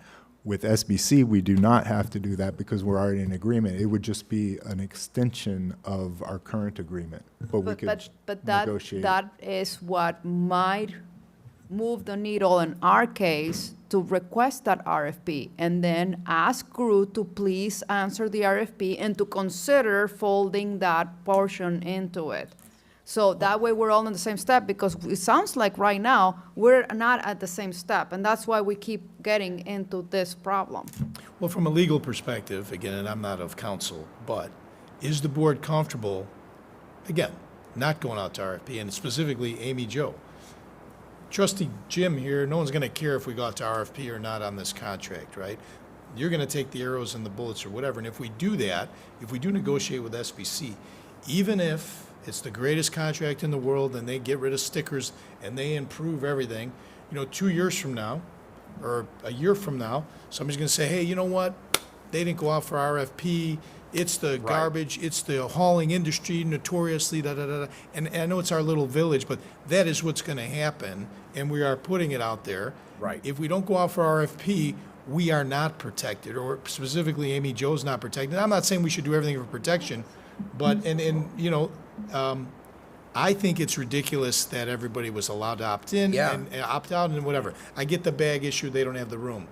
I would say everybody's gotta be in, whatever. But again, we're not Berwyn. We're not 40,000 where we have this massive contract. We are talking about pennies. The other side of the equation, which came up with our meeting with the consultant, wouldn't the village just like to be hands off of this? Say, okay, I don't care. Don't call me about your garbage. But what happens is, and Gavin saw this firsthand, everybody calls Gavin about the garbage anyway, even if Right. we're not, even if they're not opted in. So those are the two issues I think we got. Going forward, I would love to have something as a trustee. Future boards don't have to Yes. deal with this problem. Has We to get should cleaned fix it, whether it's grandfathering in or the Groot RFP. That's a little something we didn't consider, right? Groot, hey, Groot, you two, or put it out the RFP, Well- the Folden, but the RFP has to be written the same for everybody. We can't say Correct. RFP for Right. Groot, RFP for Absolutely. SBC, RFP for, Village, right? meaning, we can't say, hey, Groot, you have this RFP, fold us in an RFP, and then SBC, you have this RFP, and then Flood, you have this RFP. The RFP has to be the RFP. Agreed. Correct, and I come from a background in business where if I was given a renewal, okay, that was a gift, okay? Now, would service an account great, right? And they loved our, doing business with my company and the company that I worked for, but like, it was very rare that I got a renewal, like, I'll give you a 5-year renewal, okay? Now, there's other issues. So Gavin's brought this up. We would have to transition to another vendor, that there's a cost associated with that. Staff has to do a transition. So there's a cost associated with that. There's also a cost associated with, people having to get used to a new vendor. People have said that this happened right after we transitioned to SBC. We went back to them and said, we want you to pick up all the garbage we put out. And they gave us new pricing. It was substantially more money to pick up everything like everybody thought Groot did. Everybody said, we put anything out and Groot would pick it up. That's what we want. And SBC said to us, when you went out to RFP, your village administrator did not have the RFP stated that way to take everything. It was for a certain amount of garbage in a toter, no other items, or limited number of items. So my feeling about this, and I know it costs money to go out for RFP, I would feel comfortable coming up with, using the consultant with their background and all of your backgrounds in the garbage area here, come up with an RFP for a standard set of services. Now, we know because we did this before, the only person that has a leaf vacuum is SBC. The others had bags. They had a bag plan, that you were given a certain number of free bags 3 times a year, like 10 bags or 50 bags or 40 bags or whatever. So we have to come up, there was discussion on the survey, and I think we need to make sure they have the survey results. Okay. Because people said, why am I paying for other people's leaf pickup? Or we have our landscaper pick up our leaves, we do not use it. So we have to make the decision to make apples to apples. Leaf pickup needs to be something that's a add-on because it's not apples to apples. So whatever vendor has to provide it, it'll either be the vacuum machine or it'll be bags. So that has to be outside of that. Or can I add, because I see you're taking notes, when you talk to the vendor, find out if certain households that need the leaf pickup via bags or whatever can pay extra, whereas Charlie lives next door to me, he gets a landscaper in and I don't, and I put my bags out, so I need to buy those bags. Just blow the leaves on your property. So, I'm a big proponent. I think we should go out to the market and see what the market says. I know you guys weren't going that route. I know you guys were going more the renewal route, and I'm not faulting you for that. That's sort of a way to just do it, and it's easier, right? Well, A lot I easier. want to kind of address the question of who are we serving? Okay, we're serving the residents of Indian Head Yes. Park. And almost half of them have questions in regards to the franchise agreement, to the point of, some to the point of saying, thank you, but no thank you. So if we're saying, hey, we want to do this for all of Indian Head Park, we are really bumping up against a huge number of residents that don't want to do that. Now, I realize a survey was taken several years ago of Acacia in regards to sidewalks, and the village went ahead and put sidewalks in there anyhow, but that's not a step I'm comfortable in taking. But Charlie, you're referring to homeowners associations that want to opt out? Yes. So what I would like to see. Or questioning that, some of them are questioning the very question that our mayor is asking, which is, you know, what's the cost difference? Right, well. My question though, too, and or comment on is, are we letting a sub-segment of HOAs dictate how we run the village? And that's my bigger problem. So we're letting a few people who scream a lot louder than the others dictate everything we're doing? Yeah, So we're in if they're the half the people in Indian Head Park, that's not. But that's only half. That's not That's all and of it's Indian Head dumpsters. Park. If we as a board it's decide dumpsters. that the It's whole Right. village is going to be served by one Right. vendor, then the whole village should be served by one vendor, minus the Yeah, dumpsters. and I get the dumpsters, that's completely different, but we can't let a sub-segment of people dictate what we all do. This is how we get into this mess. In our little subcommittee, committee, ad hoc, whatever we did with the waste hauling, you know, I have a big axe because, you know, you learn something every day.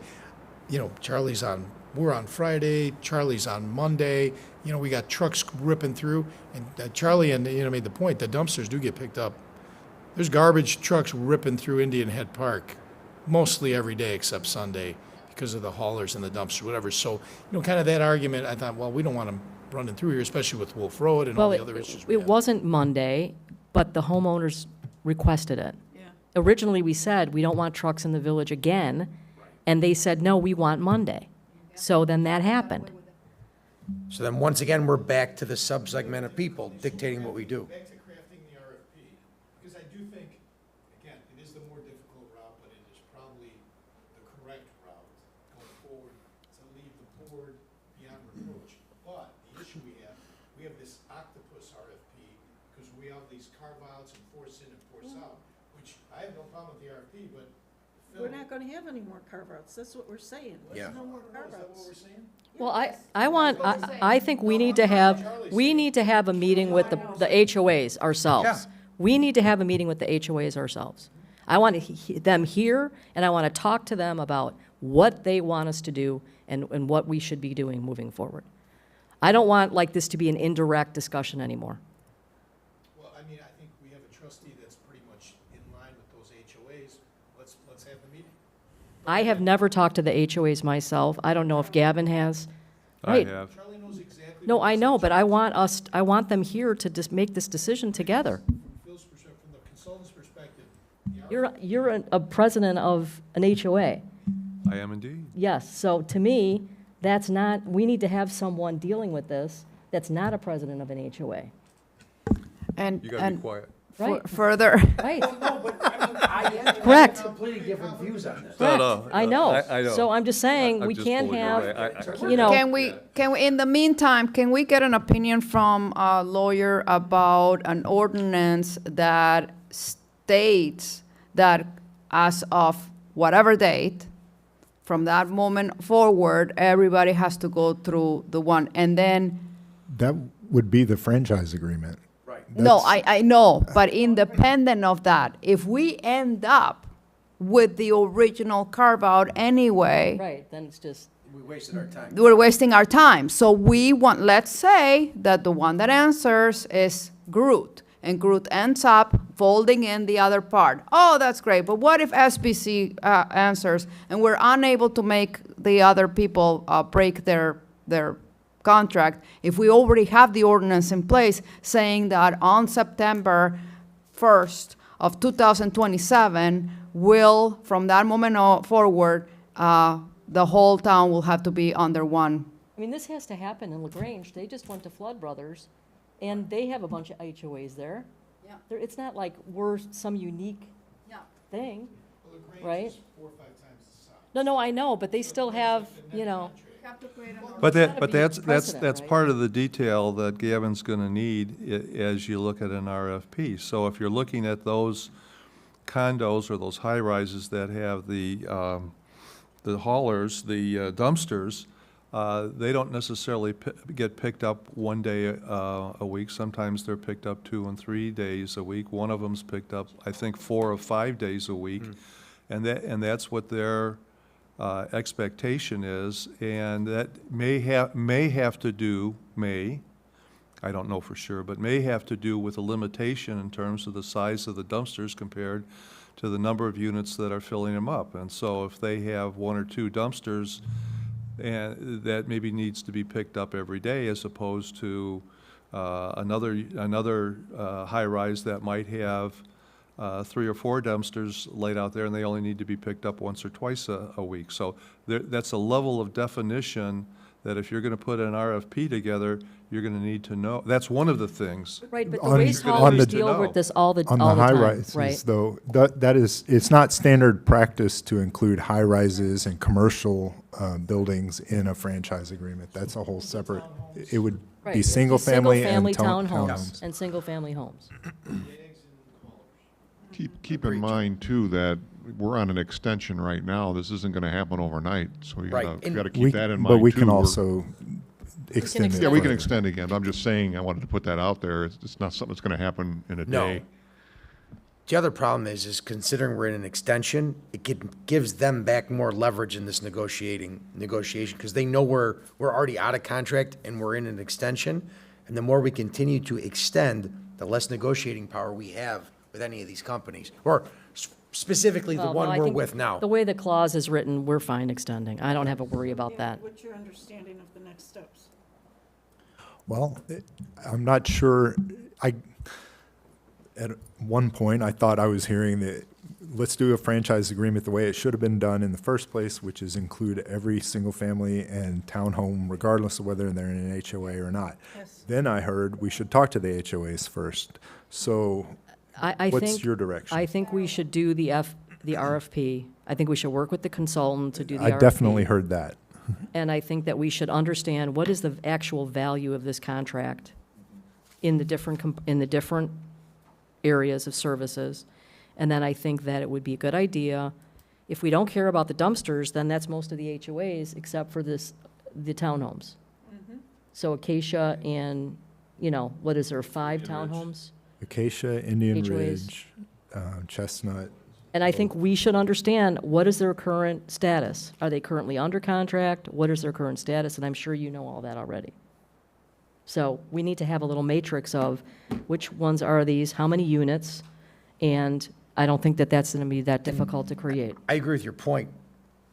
Parallel to us, Gavin, getting this RFP out, it wouldn't be a bad idea to have the board presidents and vice presidents from these HOAs in, and we all meet with them. Right. And kind of get a little bit more detail Correct. into what some of these issues really are. Correct. Then the other thing we need to do is the survey had more than 50% that wanted composting option. So we need to Put their compost out? Yes. Picked up? Okay. So that could be an option they pay for that, right? So. Right, but that'd all be part of the RFP Correct. that's specifically laid out in that So contract. we need to go through the survey, we need to have a nice summary of it, which we can do very quickly, get that out to the trustees, get that out to the public. Here's what the survey said. I also heard people don't want Mondays in the survey. So, I'm just telling you. As long as I get Monday, Right. I'm fine. So, What about leaf pickup? The last 20 years, leaf pickup's been an issue, and yet. well, no, we didn't have leaves for a while. That went away. And I think, I'm not saying we do it or don't do it, I'm saying it's something we need to consider, because in the survey, there were at least, we can tally the comments, 15, 20 comments about why am I paying up for other people's leaves? No, I think to Anthony's point, and to that point, exactly. It's 35,000, but, we're, down the agenda, we're talking about a grocery tax and D, probably in the 4th or 5th hour of the committee of the whole meeting. Yeah. The way we're going. That 35 to 45,000 is the cost Yeah, of picking up we're these Right. leaves. So these are all, they all kind of add up. We can talk to the, your consultant and see if we can carve out, like, if I want my leaves picked up, I pay for the bags. But if you don't, you Would say don't. he kind of punted because he knew it would be a little bit of an undertaking. Well, right, we're a complete mess. And we Yeah. may end up back at SPC anyway, but I think that Okay. But I will say, Jim, the RFP's gotta be the RFP. even if we end up back at SPC, we need to clean this up. Yeah. I mean, it's a disaster. It needs to be cleaned up. There needs to be something put in place. We can't have all of this. It's too unorganized. So back Why not? back to I mean, Well, then don't have a franchise agreement. Go back to your Yeah. own devices. Tell the village we're not having a franchise agreement anymore. Is that what you Okay. want? I'm okay with that. Okay, well, that can be a Now, decision. here's a distinction. There's another distinction in here.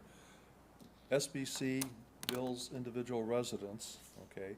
Some of the associations pay for their residents in total. That's one of the reasons why Ashbrook was as vocal as it was in the past, because Ashbrook pays for pickup for all of our residents. There's a couple others that do that as well, and that's a difference, again, in terms Yeah. of, you know, that Yeah, but needs to that's be. true with water, it's true with a lot of utilities. Exactly, why Yeah. don't we just go Yeah. ahead and let the. That's true with a lot of every resident utilities. decide who delivers their water. Yeah, I mean, the water bills by Wilshire are paid one water bill, right? They don't pay individually, so that's a business issue, right? Well, that's, the association has made the decision that that's what they're gonna do, and so they've included water, the cost of water in their overall association fees. That has nothing to do with the business arrangement or the negotiation. That has nothing to do with the negotiation of the dollar value for the service, how they're being billed. That's a preference for the end user, to be billed in one lump sum. It has nothing to do with the negotiation. With the franchise, yeah. So what I'm saying is, I'm not one of the sure- options, I'm not sure I understand how that. you're billed Yeah. in mass has absolutely nothing to do with the price. It's like me and my neighbor Right? decide. It's nothing to do with the price. Tell SBC, can you bill us a both for preference. the thing, and we'll put the same garbage, and then they just send the bill to whomever we Right. want. It's on a So- computer, they just say, so, back to Yeah. the direction to write an RFP, and in parallel have conversations with the HOA. Which RFP do I write? The RFP that includes everybody, or the RFP that doesn't include the associations? everybody minus the dumpsters. Because, It's well, not gonna be so, that much different. okay. I'm just saying, but do- if I'm including everybody, what are we talking about with the Do associations? a tier and have one with all of them, and then have one with a second tier that's 80% of them. 80%, yeah, 80, 60. It's not gonna be that much different. So one of the big points from the consultant was waste haulers do not like uncertainty. And who does? what we're talking about is very uncertain. Specificity. Well, You know what, it's peanuts, so I would just do it. You know, I think when we came up with the bags and the haulers, right, it was like 1,200 or something like that, or 900, which is what we're talking about now. I agree about the high rises. Mhm. I agree. I think we could do a 80, 60. Yeah. And with Charlie's matrix, with the HOAs, we can come up with the numbers and So if they give us figure a it out. higher price, they give us a higher price, right? They can say, and then we can go to the board presidents, two of which should recuse themselves from any of these conversations. I agree. Because they have a conflict of interest. But, we can say, okay, that's the difference, but if we know the difference, we already know the difference is gonna be pennies, so then we go back to service, which goes back to Charlie's point, right? Gotcha. Take all the stuff, and then how are we gonna write it? Are we gonna write it, take it all? It sounds like I've been instructed to do take it all model and 80%. oh, you mean take all the garbage? Yes. Yes. No stickers. That, there's no doubt Yeah. that Take it that all. was something that the community wants. Everybody Yes. wants it. And then the leaf pickup will be a separate. But does that change to a two-person truck? Does that change it to a two-person truck? Probably. Is that what they said? That's Yeah. what consultant But, intimidated. Yes. That would be but the Groot issue. didn't have two-person trucks, so that's Even for the interesting. bags? Well, we'll have to ask them. You can, we'll ask them, right? We'll find out. Is Route 2 allocation? Two people? Oh, No, Groot does. Groot is doing it. I don't know, Yeah. I don't I know think how that many was the people point are of the doing it. everything, but I think they have a second, maybe it goes through it. You got a call if you got something big or something. Yeah, we'll have to see what they say, because it's all labor and it's all we're paying for. How about your couch? Is that gonna go tomorrow? We lost 2 cushions. I saw that, yeah. So my wife said, well, maybe somebody took the cushions so nobody else would take the couch. and then they'll come back. Good idea. Yeah. They're probably there right now. All right, I guess, do we put a fork in this one? Yeah. Yes. All right. I have marching Or not? orders. We still- Okay, just to kind of, yeah, we've got roughly 1,700 homes in Indian Head Park. Roughly, rough numbers, 600 are dumpster related, so that leaves 1,100 that are bins or bags, Mhm. okay? And so when we do the RFP, we need to be specific to indicate how many are bins, how many are bags. Right, you're Yep. going to give all that Yep. I got information it. to Yep. him. I got it. So he has all of that, yes. Okay, also, if there are different delivery dates or pickup times, that would be a question that I would like to see asked in the RFP. Mhm. So if an association wants a different pickup day than all the rest, is that gonna be an issue? They don't get it. They don't get it, yeah. There's no carve-outs. Why not? You're saying no carve-outs, why not? We've got carve-outs now. Pardon me? Because That's what we originally said. so many garbage trucks Here- every single day. And from the It makes hauler's no difference perspective, in from the terms of hauler's that. perspective, It makes it's better to absolutely have no the truck. difference. Every unit's gonna have to be picked up, and it doesn't make any difference if you have some on Monday, some on Tuesday, some on So Wednesday. why did you Okay. pick Monday?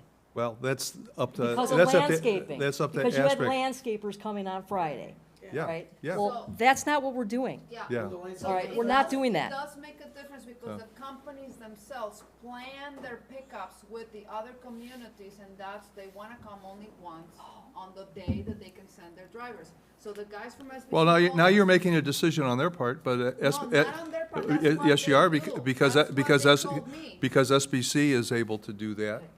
Can you do me a favor? So and I think give we've all of got it. that Did it because they to wanted to Gavin, keep please, our at your business. convenience? Yeah. Oh, great, perfect. Charlie, what you're saying is if we're gonna do full, except the high rises, and then 80%, and what if we had a second pickup day? So we don't say any day, Yeah. then it's in the RFP, but then are we, again, It's a somebody's carve-out. gonna, I believe, phone calls aside, they're gonna look at this and be like, good luck, Indian Park. Yeah. All right, No, if you don't ask, you don't get. Come on. How many responses did we get 5 years ago? Does anybody know? I think it was 4. How many? 4. Just take all this stuff. All right, let's move on, guys, to the electric scooters, because I know this is going to be another, We're at 8:30. When are we, we still have 3 things that we're going to go through here, Okay, what very about quickly, electric scooters? okay? Electric scooters, So, as I said in the memo, it's come up in conversations with some of the members of the board. Our recommendation would be to prohibit scooter use on sidewalks and in the parks, with the exception of ADA devices, accessibility devices. We would limit it to streets posted at 25 miles an hour or less. We would empower the police to impound illegally operated scooters and pursue fines. We would limit it to persons age 18 or older, and we would add a parental liability clause to the ordinance. So we would amend the And ordinance. helmets? And helmet, yes, we would require helmets. And, Saying have to be operated by someone 18 years. yes. That's state law. So if it's the will of the board, we'll bring an ordinance to add this to our village code to the next meeting, to the next board meeting. does anybody have any comments on that? Just a question to clarify. So, what were we saying? We could allow scooters on roads posted at 25 miles per hour or less. That would only be in use by humans of 18 years of age or older, right? Yes. Okay. Just checking. I think I've already seen kids go to Highlands on scooters Some of they go to school. that have motors, and so what would happen to them then if they happen to be riding on a sidewalk or a street in Indian Head Park? We've got some kids going to Highland that are already on semi-motorized scooters, and if they happen to be riding on a sidewalk or a street in Indian Head Park, what would happen to them? Well, we have that ordinance, that if, once we pass an ordinance, they're gonna be cited, because you have to be, by state law, they have to be over 18. Yeah, They have to, I want them to have to wear a helmet, and one thing we didn't discuss, Hinsdale has up to 10 miles per hour, so to answer your question, was like 25 miles, they should only be able to go to 10 miles an hour. These things are dangerous, and they have to wear the helmets, and personally, I wouldn't mind if we prohibited them altogether, but I don't know that we could do that. Just to add to this, I know we have electric scooters here, but should we not include bikes? The motorized bikes, and then the other thing to add to it is, some of these bikes are not only motorized, but they can also be pedaled. That should be added, and the other thing too is only limit, I mean, if we have it, I see multiple times riding up and down the streets where there's multiple kids on one motorized bike flying up and down the streets. It's something else we need to look into as well. And then in some of our statements that we had here, it just specifically states scooters. I think if we're gonna go scooters, we might as well add the bikes to it as well. Yes, and that's, Yeah, we will. I think Burridge I'll had draft, everything. and I'll bring a draft ordinance to the next meeting that includes what the comments you all made. And I guess why is that? Can you inform me on why that is? Because to me, they're all in one. Seems to be an issue. yeah, I would agree with you. Especially because, I don't know if you've noticed lately, but there's a group of 4 to 8 kids that like to do wheelies up and down Wolf Road and up and down the streets on these motorized bikes. And it's just a matter of time before there's a major incident. At some threshold, and it may be over 10 miles an hour, those bikes are not electric scooters, they are motorcycles, no matter electric or gas. So that's where the Right. difference is. Yes, Right. they're Okay. regulated differently, and so. And they have to have a license and be at least 16. So it's a different type of fine, a different type of. penalty. Chief, is there a way to tell the difference between what's an electric bike that goes over 10 miles an hour and one that goes under? I don't know, I'll have to look at that. I only ask because they seem to be going much faster than 10 miles an hour. Have you ever think gotten so. on an electric bike? They do, yeah. Yeah, they're structured more like a motorcycle, they don't have pedals on them. I haven't seen those. Bikes. Right. I've seen the kids on Wolf doing wheelies. Exactly, yeah. Like, where are your parents? So how about I we? think I have Oh, go enough ahead. direction to. So if you have anything else that comes up, or a question, or just something that comes to mind, like in your neighborhood, please let Gavin know so we can clean this up for the next board meeting. Yeah, 'Cause I know- I'd go along with the chief and just, for all the restrictions we're putting on this, just outlaw them. Okay. I would agree with Charlie on that one. No? Well, my concern is, I would go to prohibit them, because if we're only allowing them on streets here, the streets are very dark, they're Right. very narrow. At points, it's dangerous, very dangerous. It's only a matter of time before somebody gets hit as well. We have an elderly community. They're not gonna see these kids. It's Right. gonna happen. And frankly, when you watch them go up and down the streets, they're not paying attention to any of the rules of the road. Right. You know, so they're zipping in and out of traffic. Theoretically, a 16-year-old can go get a license and ride a motorcycle, Yes, with a helmet, yes, Right. and a license. and a license. And insurance. So what we're trying is, And they can go 30, it's 40 miles. unlicensed under 18, right? Yes. So the gap there is like the 16 to 18-year-old that theoretically would be licensed, but is riding Right. scooters. These seem to be more of your 10 to 15-year-old, 8 to 15-year-old gap. Prohibit them, or we're gonna get Most of them will be in violation of the age anyway. Alrighty, if you have any comments, please get those to Gavin before the next board meeting. Why don't we move on to the grocery tax, please?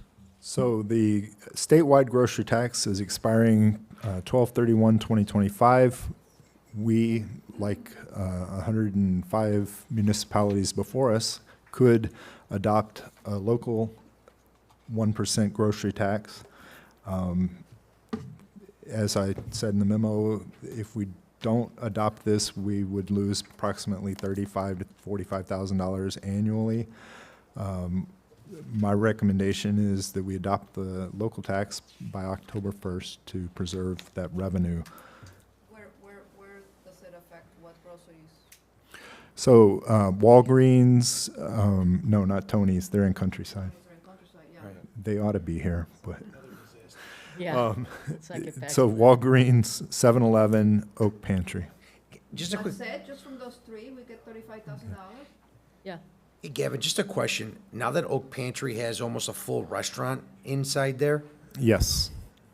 at what point does that restaurant take over the grocery, and now those items are just pickup beverages to add on to your, No, pizza that you're buying? no, they don't have a sit-down. They do have a sit-down Yes, in there. but it's for convenience, it's not, they serve it in, They don't have servers and all that. Talking about the pizzas. They Pizzas are serve them good. in The a- pizzas are good. I agree, but I'm We'll- just we'll wondering. look into that. Okay, I'm just, because they have a gaming system in there, which is fine, and now they have this restaurant that's taken over most of the Oak Pantry. I've seen this before, and next thing you know, it's more restaurant than grocery store, and we're gonna lose that tax on the grocery. Right. We'll look into that. That one I wasn't prepared to tackle. So you'll bring that to the next meeting then? Yes. It needs to be done by October 1st, I believe, right? Yes.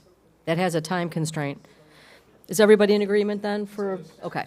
Moving right along to the responsibility for sewer lines. This is sort of an important one, guys, that we need to talk about. It's a little more delicate, as I might say.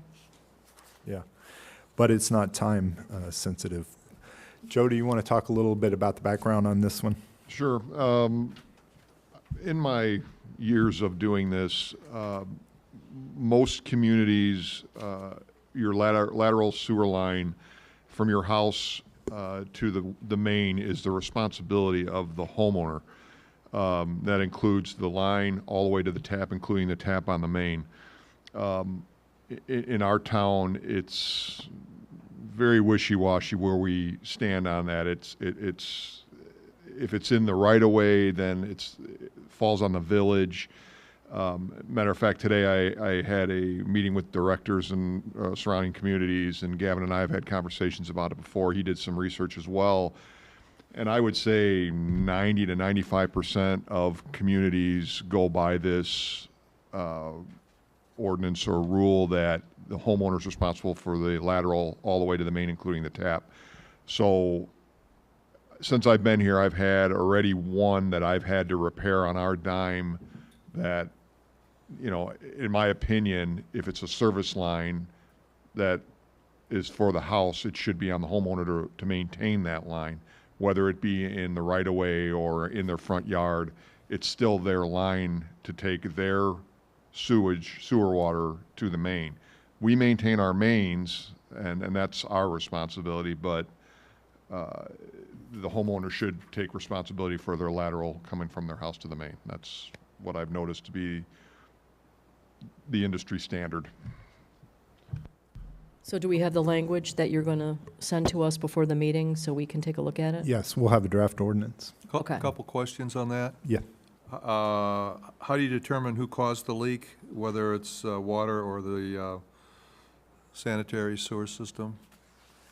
How do you, because whoever caused the leak is the one that has to pay for it, so. It's not necessarily a leak, it would be a failure of the sewer line, not the water line. We're not talking about the fresh water line. Okay, We're talking about the sanitary sewer line. just the sewer line. Right. I think we have already in place here for the freshwater line that the homeowner is responsible from the Buffalo box to the home, that's their line. But, and we're responsible for the Buffalo box to the main. But as far as a sewer line, it's the entire lateral from the house to the main sanitary line that they would be responsible for. How much, you done, Charlie? Well, the question is, how do you determine, who caused it then? This, If so a this sanitary would, line fails, it just fails. They're old clay tiles that have probably been in the ground since the 50s. So Would that be something then that the village would be digging up, or if it's it depends where it is. If it's in a That's- failure situation, then would you say, hey, this looks like it's on your line, so therefore you've got to dig it up? they're going to know because their sewer is going to back up. And that's how you determine that there's a problem with the line. So if it's in the parkway, why should that be on the village? It's not necessarily our line. It's not something that we would have necessarily caused to happen. I mean, there might be a odd instance where a water main broke right next to it and blew it out, then I can see that, okay, we caused it, we'll fix it, but. Most of that is So- trees, right? The trees penetrate the Yeah, lines. the root system, yeah, and the reason why I'm bringing this up now is because even though I've been here a short time, I've already had one. Every one of these sanitary laterals in the ground is 50 year, from the 50s. We're going to start running into this problem, and it's going to start falling on the village to repair these things, and it's not a cheap fix. You're talking thousands of dollars. And what we're doing is trying to get clarity. It's not a matter of finding fault, because it doesn't matter whose fault it is. It's the location of the collapse or the failure. Right now, what it is if it's somewhere in the right of way, which in some instances can be a little difficult to ascertain, what we would like to go to is a very clear model. If it's the water main, it's the village's fault. If it's anything else, it's the homeowner's fault that is getting the service line. Sewer And main, sewer main. I'm sorry. That's all right, I just want to make sure everybody understands. Every Joe- time I have this conversation with Joe, I say it wrong. But so the sewer main is the village's responsibility. The rest of it is the homeowners. What could end up happening is we spend a lot of money to fix a private home's issue, and that's money that's coming from the entire village. And that's the policy perspective on it. But it does have practical implications too.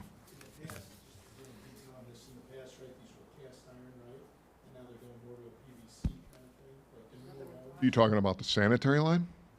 The sanitary line was like a clay tile back in the day, and now when they replace them, they're using plastic. If we did a repair at this point, we would put plastic in on the repair. This is fairly new, but I mean, most of the older houses are the old, like you're saying. Clay tile, yeah. The old clay tile. We had an issue there, so. It comes on the homeowner's responsibility to even maintain your line too. I mean, you can't just think that nothing's going to happen. You should do maintenance on your sanitary line yearly. You should have it looked at, rotted out, cameraed, something, because you don't want to wait for a problem to happen, because that's when you're going to pay thousands of dollars for a repair. So I think that would be a really good article for the next Village Voice about about maintenance. You beat me to it. So, Actually, can I add a very quick point on this? This is not really like a thing that happens once or twice. I think I've done, I'd say between 8 and 10 emergency sewer repairs, all in, by the way, half of them in Acacia, like half of them are, I'd say about 5 or 6 of them are on Cascade itself. You mean permits? Yeah, we basically permit them after the fact because they walk in the door and say, by the way, the things that are supposed to be going down my sewer drain are not going down my sewer drain. And then I make a really bad pun at them and tell them it's a crappy situation. But my point is that we've had a couple times, and Joe can back me up on this, is that we've had to help them find out where it is, and we don't have these files of where these mains are or where these laterals are accessible, and most of them are clay, so it's not like we can even go and run a metal detector over there and find them. you can, but that's costly as well. You'd have to get a company out to throw a rotor in there, and then they'd locate the head of the rotor to find out where the line goes. But I've had, again, short time I've been here, several phone calls. Is this mine? Is this mine? And most of the time it isn't, because a lot of them are association property, so I always point them, talk to your association, it's on association property. But that's where we need to This get is a this good item. uniform. We need to have The way something it's in due. place that is village-wide. Because Cameras that can go down and take a look to see where. You can contact a company to come out and televise your this would be another line. good thing to put on the HOA when we have the meetings with the HOAs too. All right, Yeah, anybody I'm have, okay with that. anybody have any other questions on this before we move on to the, well, I do think the SB Friedman would be good if we can just talk about that, and just, if we can do abbreviated on the rest. So, community development, I think it's important for you all to understand what's going on with the SB Friedman project roadmap. And 1 and 2, if we could do those quickly. all right, I'll defer my 16-page report for, no, I don't have that. Okay, so to kind of be very quick about this, on May 8th, the board approved, of course, the engagement letter with SB Friedman to have them look at, starting to look at the eligibility for a TIF and/or business district in the Triangle. We held, as part of that, they basically have two major sections of it, and both of these are going to be held. The work done for the TIF and work done for the business district are happening in concert with each other. So even though if you look at the engagement letter, it says phase 1 or phase 2 and phase 3, they're really the same type of thing. It's just split up.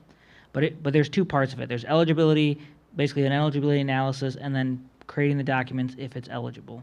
So the first part is eligibility analysis, which is what we just started. We started it with a kickoff call on May 20th, so Tuesday, to talk about it. Gavin and myself were on that with Caitlin Johnson, and Andrew, is actually his last name's here on the sheet. But anyway, and basically we were talking about them. Really, they wanted to double check on us. Has anything changed since they did the RFP? Is there any additional information? Is there something that, maybe is out there? Is there any additional needs that we might have? And then, of course, them asking us what type of information that they would request from us. And if you look at, I have it here somewhere, there's a sheet that has SB Friedman on top of it. It has 16 points on it. This is all the information that they're requesting from us. Timeline-wise, that the eligibility analysis, that's their data collection. Partly they're going to do that, and partly they're going to go out to the site and see what's going on there as well. So that's a lot of what this first section is, which will take, and by their estimate, between 45 and 90 days. And I just kind of estimated that's between July 4th and August 18th. At the end of that part, they'll come back to us with an eligibility study on both, as well with recommendations. Now, before we get there, one of the things that we asked about was to have an additional meeting for them to come out and talk to the EDC and the board about the process, how everything's going, and also so they can answer any questions and get further input. In speaking to them, really they need a little more data before they could do that. So looking at the time frame and everything, July 15th EDC, it looks like that SB Friedman will come out, and they'll have some preliminary information. They could almost be done with it. They might even be done with eligibility analysis if it's done quickly.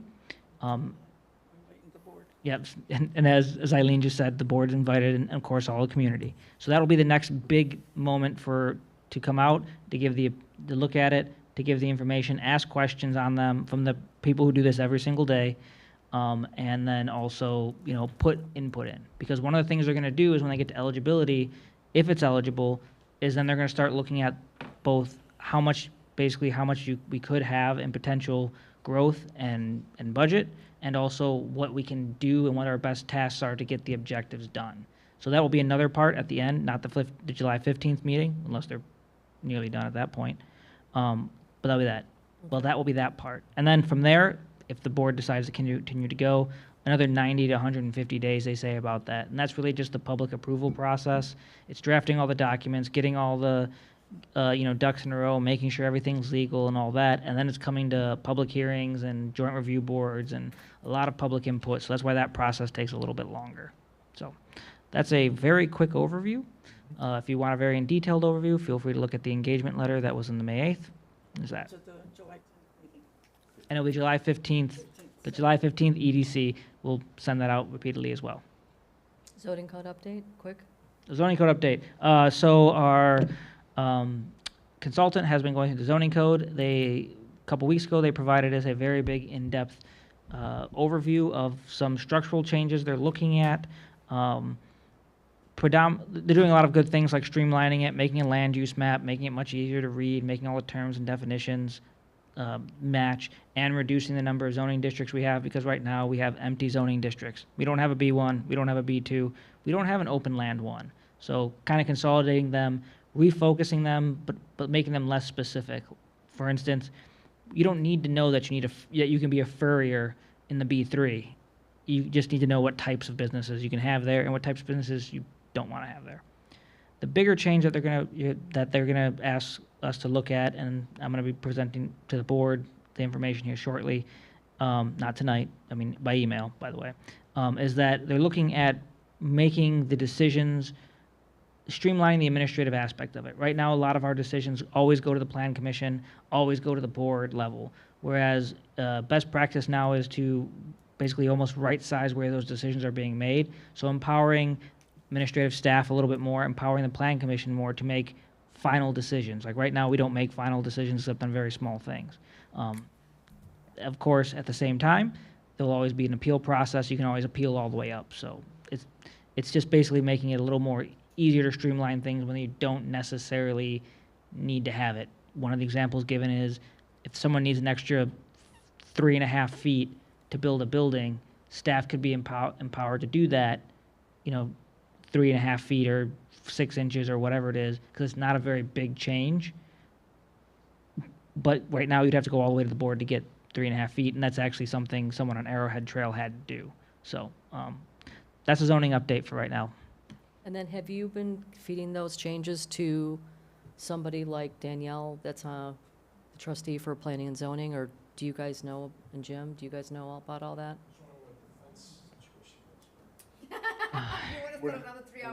Yeah, Which fence? So we got those a couple weeks ago, and I just want to make sure that you guys know. yes, I haven't got it out to Okay. the EDC or yourselves at the moment, just because I've been very busy. Okay. And on vacation. Okay, so which- that's on your work plan, Yes. getting that out? Okay. Yes. Which fence? What do we? Oh, that one's. Oh, sorry, I didn't want to surprise anybody about that. I was gonna pull it out the last minute meeting. That's a joke. We should, well, that is something that keeps coming up, so we need to put that somewhere, because it is. Needs to go somewhere. Trustee because of this issue, not for garbage. People coming through, people want fences, people are backing. Plainfield too. Plainfield will be first. Plainfield, it's an issue, younger families, realtors, whatever, want to have, not just what we have now. A lot of the community doesn't want any of them. A lot of the community wants free fence everywhere, so I think it is an issue that, in all seriousness, we need to have on. Somewhere. I'm sorry, but it's all or nothing, no carve-outs on fences. So, I would say, put the legal hat back on. Christina, We'll you put are. Plainfield with carve out, and I'll recuse myself because I. Just order a pizza, let's keep this going. Maybe split the baby in half where those that don't want fences don't get fences everywhere, and those that want have a path to getting one. That said, I don't know if this is the appropriate time, because we're going through the zoning part of it, but fences are an issue, Wolf Road is coming, we need to have it on. Somewhere. Zoning agenda, it should be It. a topic in every meeting. Maybe that's a Mr. Skovich discussion. I was gonna say that as to your point, we are doing the zoning and also the building code update, because both those dovetail into the comprehensive plan discussion, which the biggest comprehensive plan discussion at the moment is fences. I literally had a lady walk in Monday and talk to me for half an hour about fences. And you'll also be seeing, there was a fence for a variation for a special, for a fence that will be coming to the board meeting next morning. It was, Right, but how do we get the tactics started instead of saying it's comprehensive plan? Like, how do we actually get it on a project plan somewhere? so, Is that going to,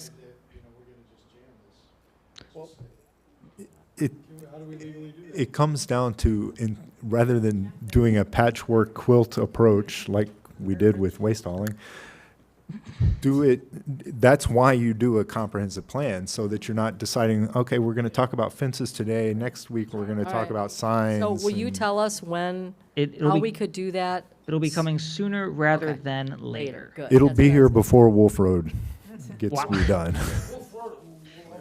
Oh, my God, we'll be dead by then.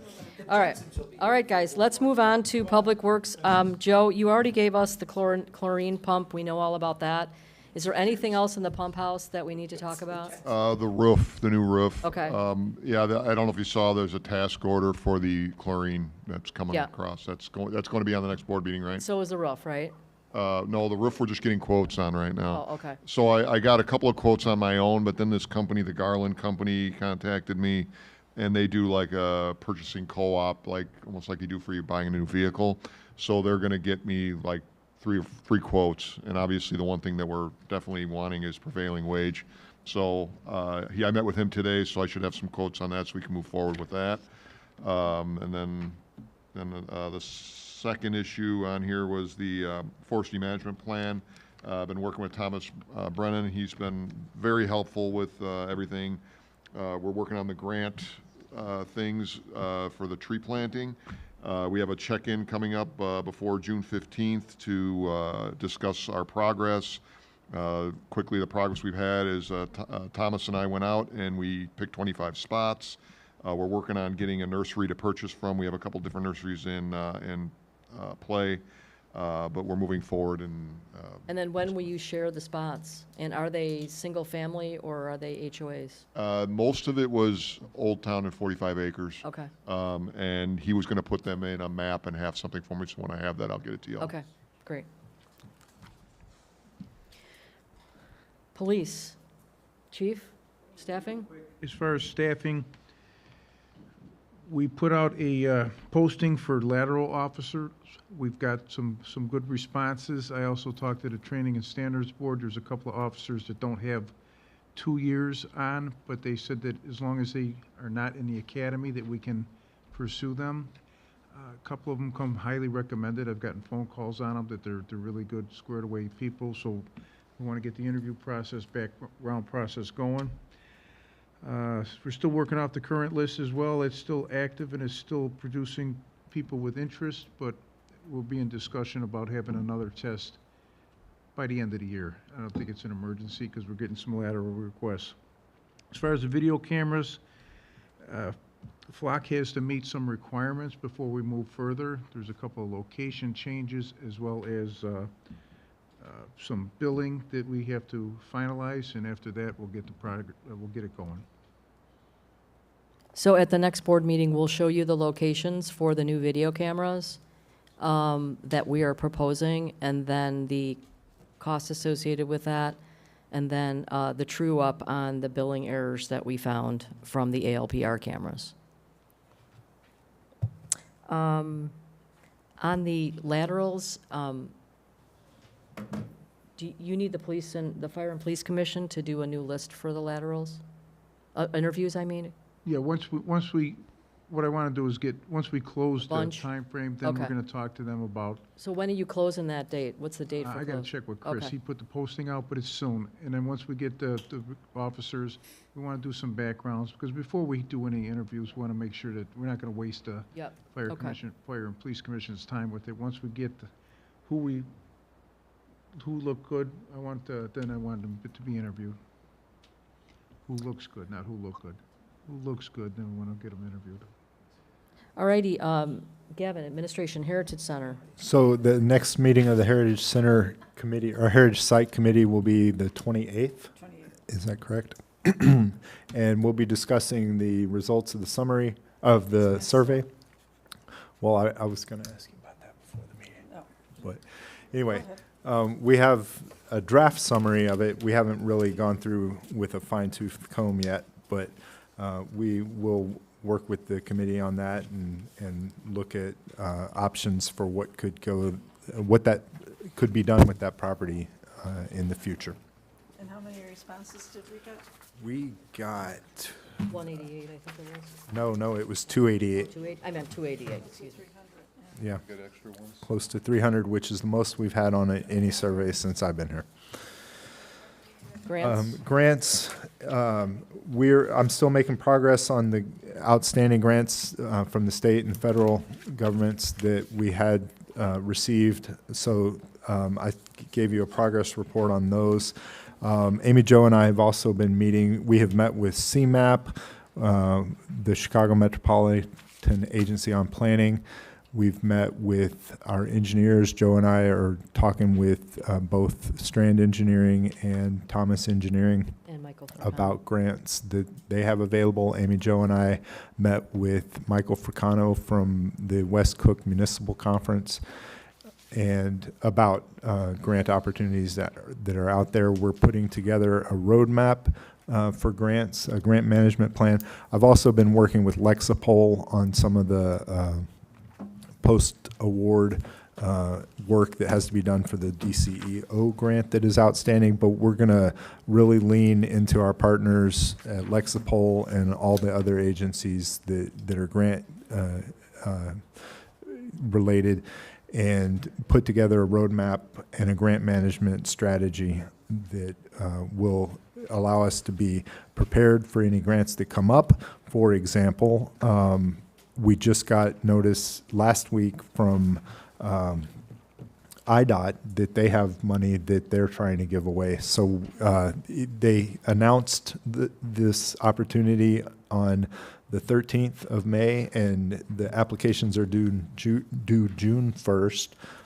There was a webinar today that Joe and I attended, as well as Strand, on our behalf, so that we can strategize about what to put forth for that. It's really a wide open grant opportunity. And I'm really hoping we're going to have wonderful news for all of you very soon on that. Yeah. I hope I don't jinx us. All righty. So I appreciate all of your patience this evening. We'll try, next COW, try to move it along a little bit more. Are there any other updates before we call for a motion to adjourn? And any public comments? Can I have a motion for adjournment? Motion to adjourn? All in favor, say aye. Aye. Opposed? The meeting is adjourned. Thank you.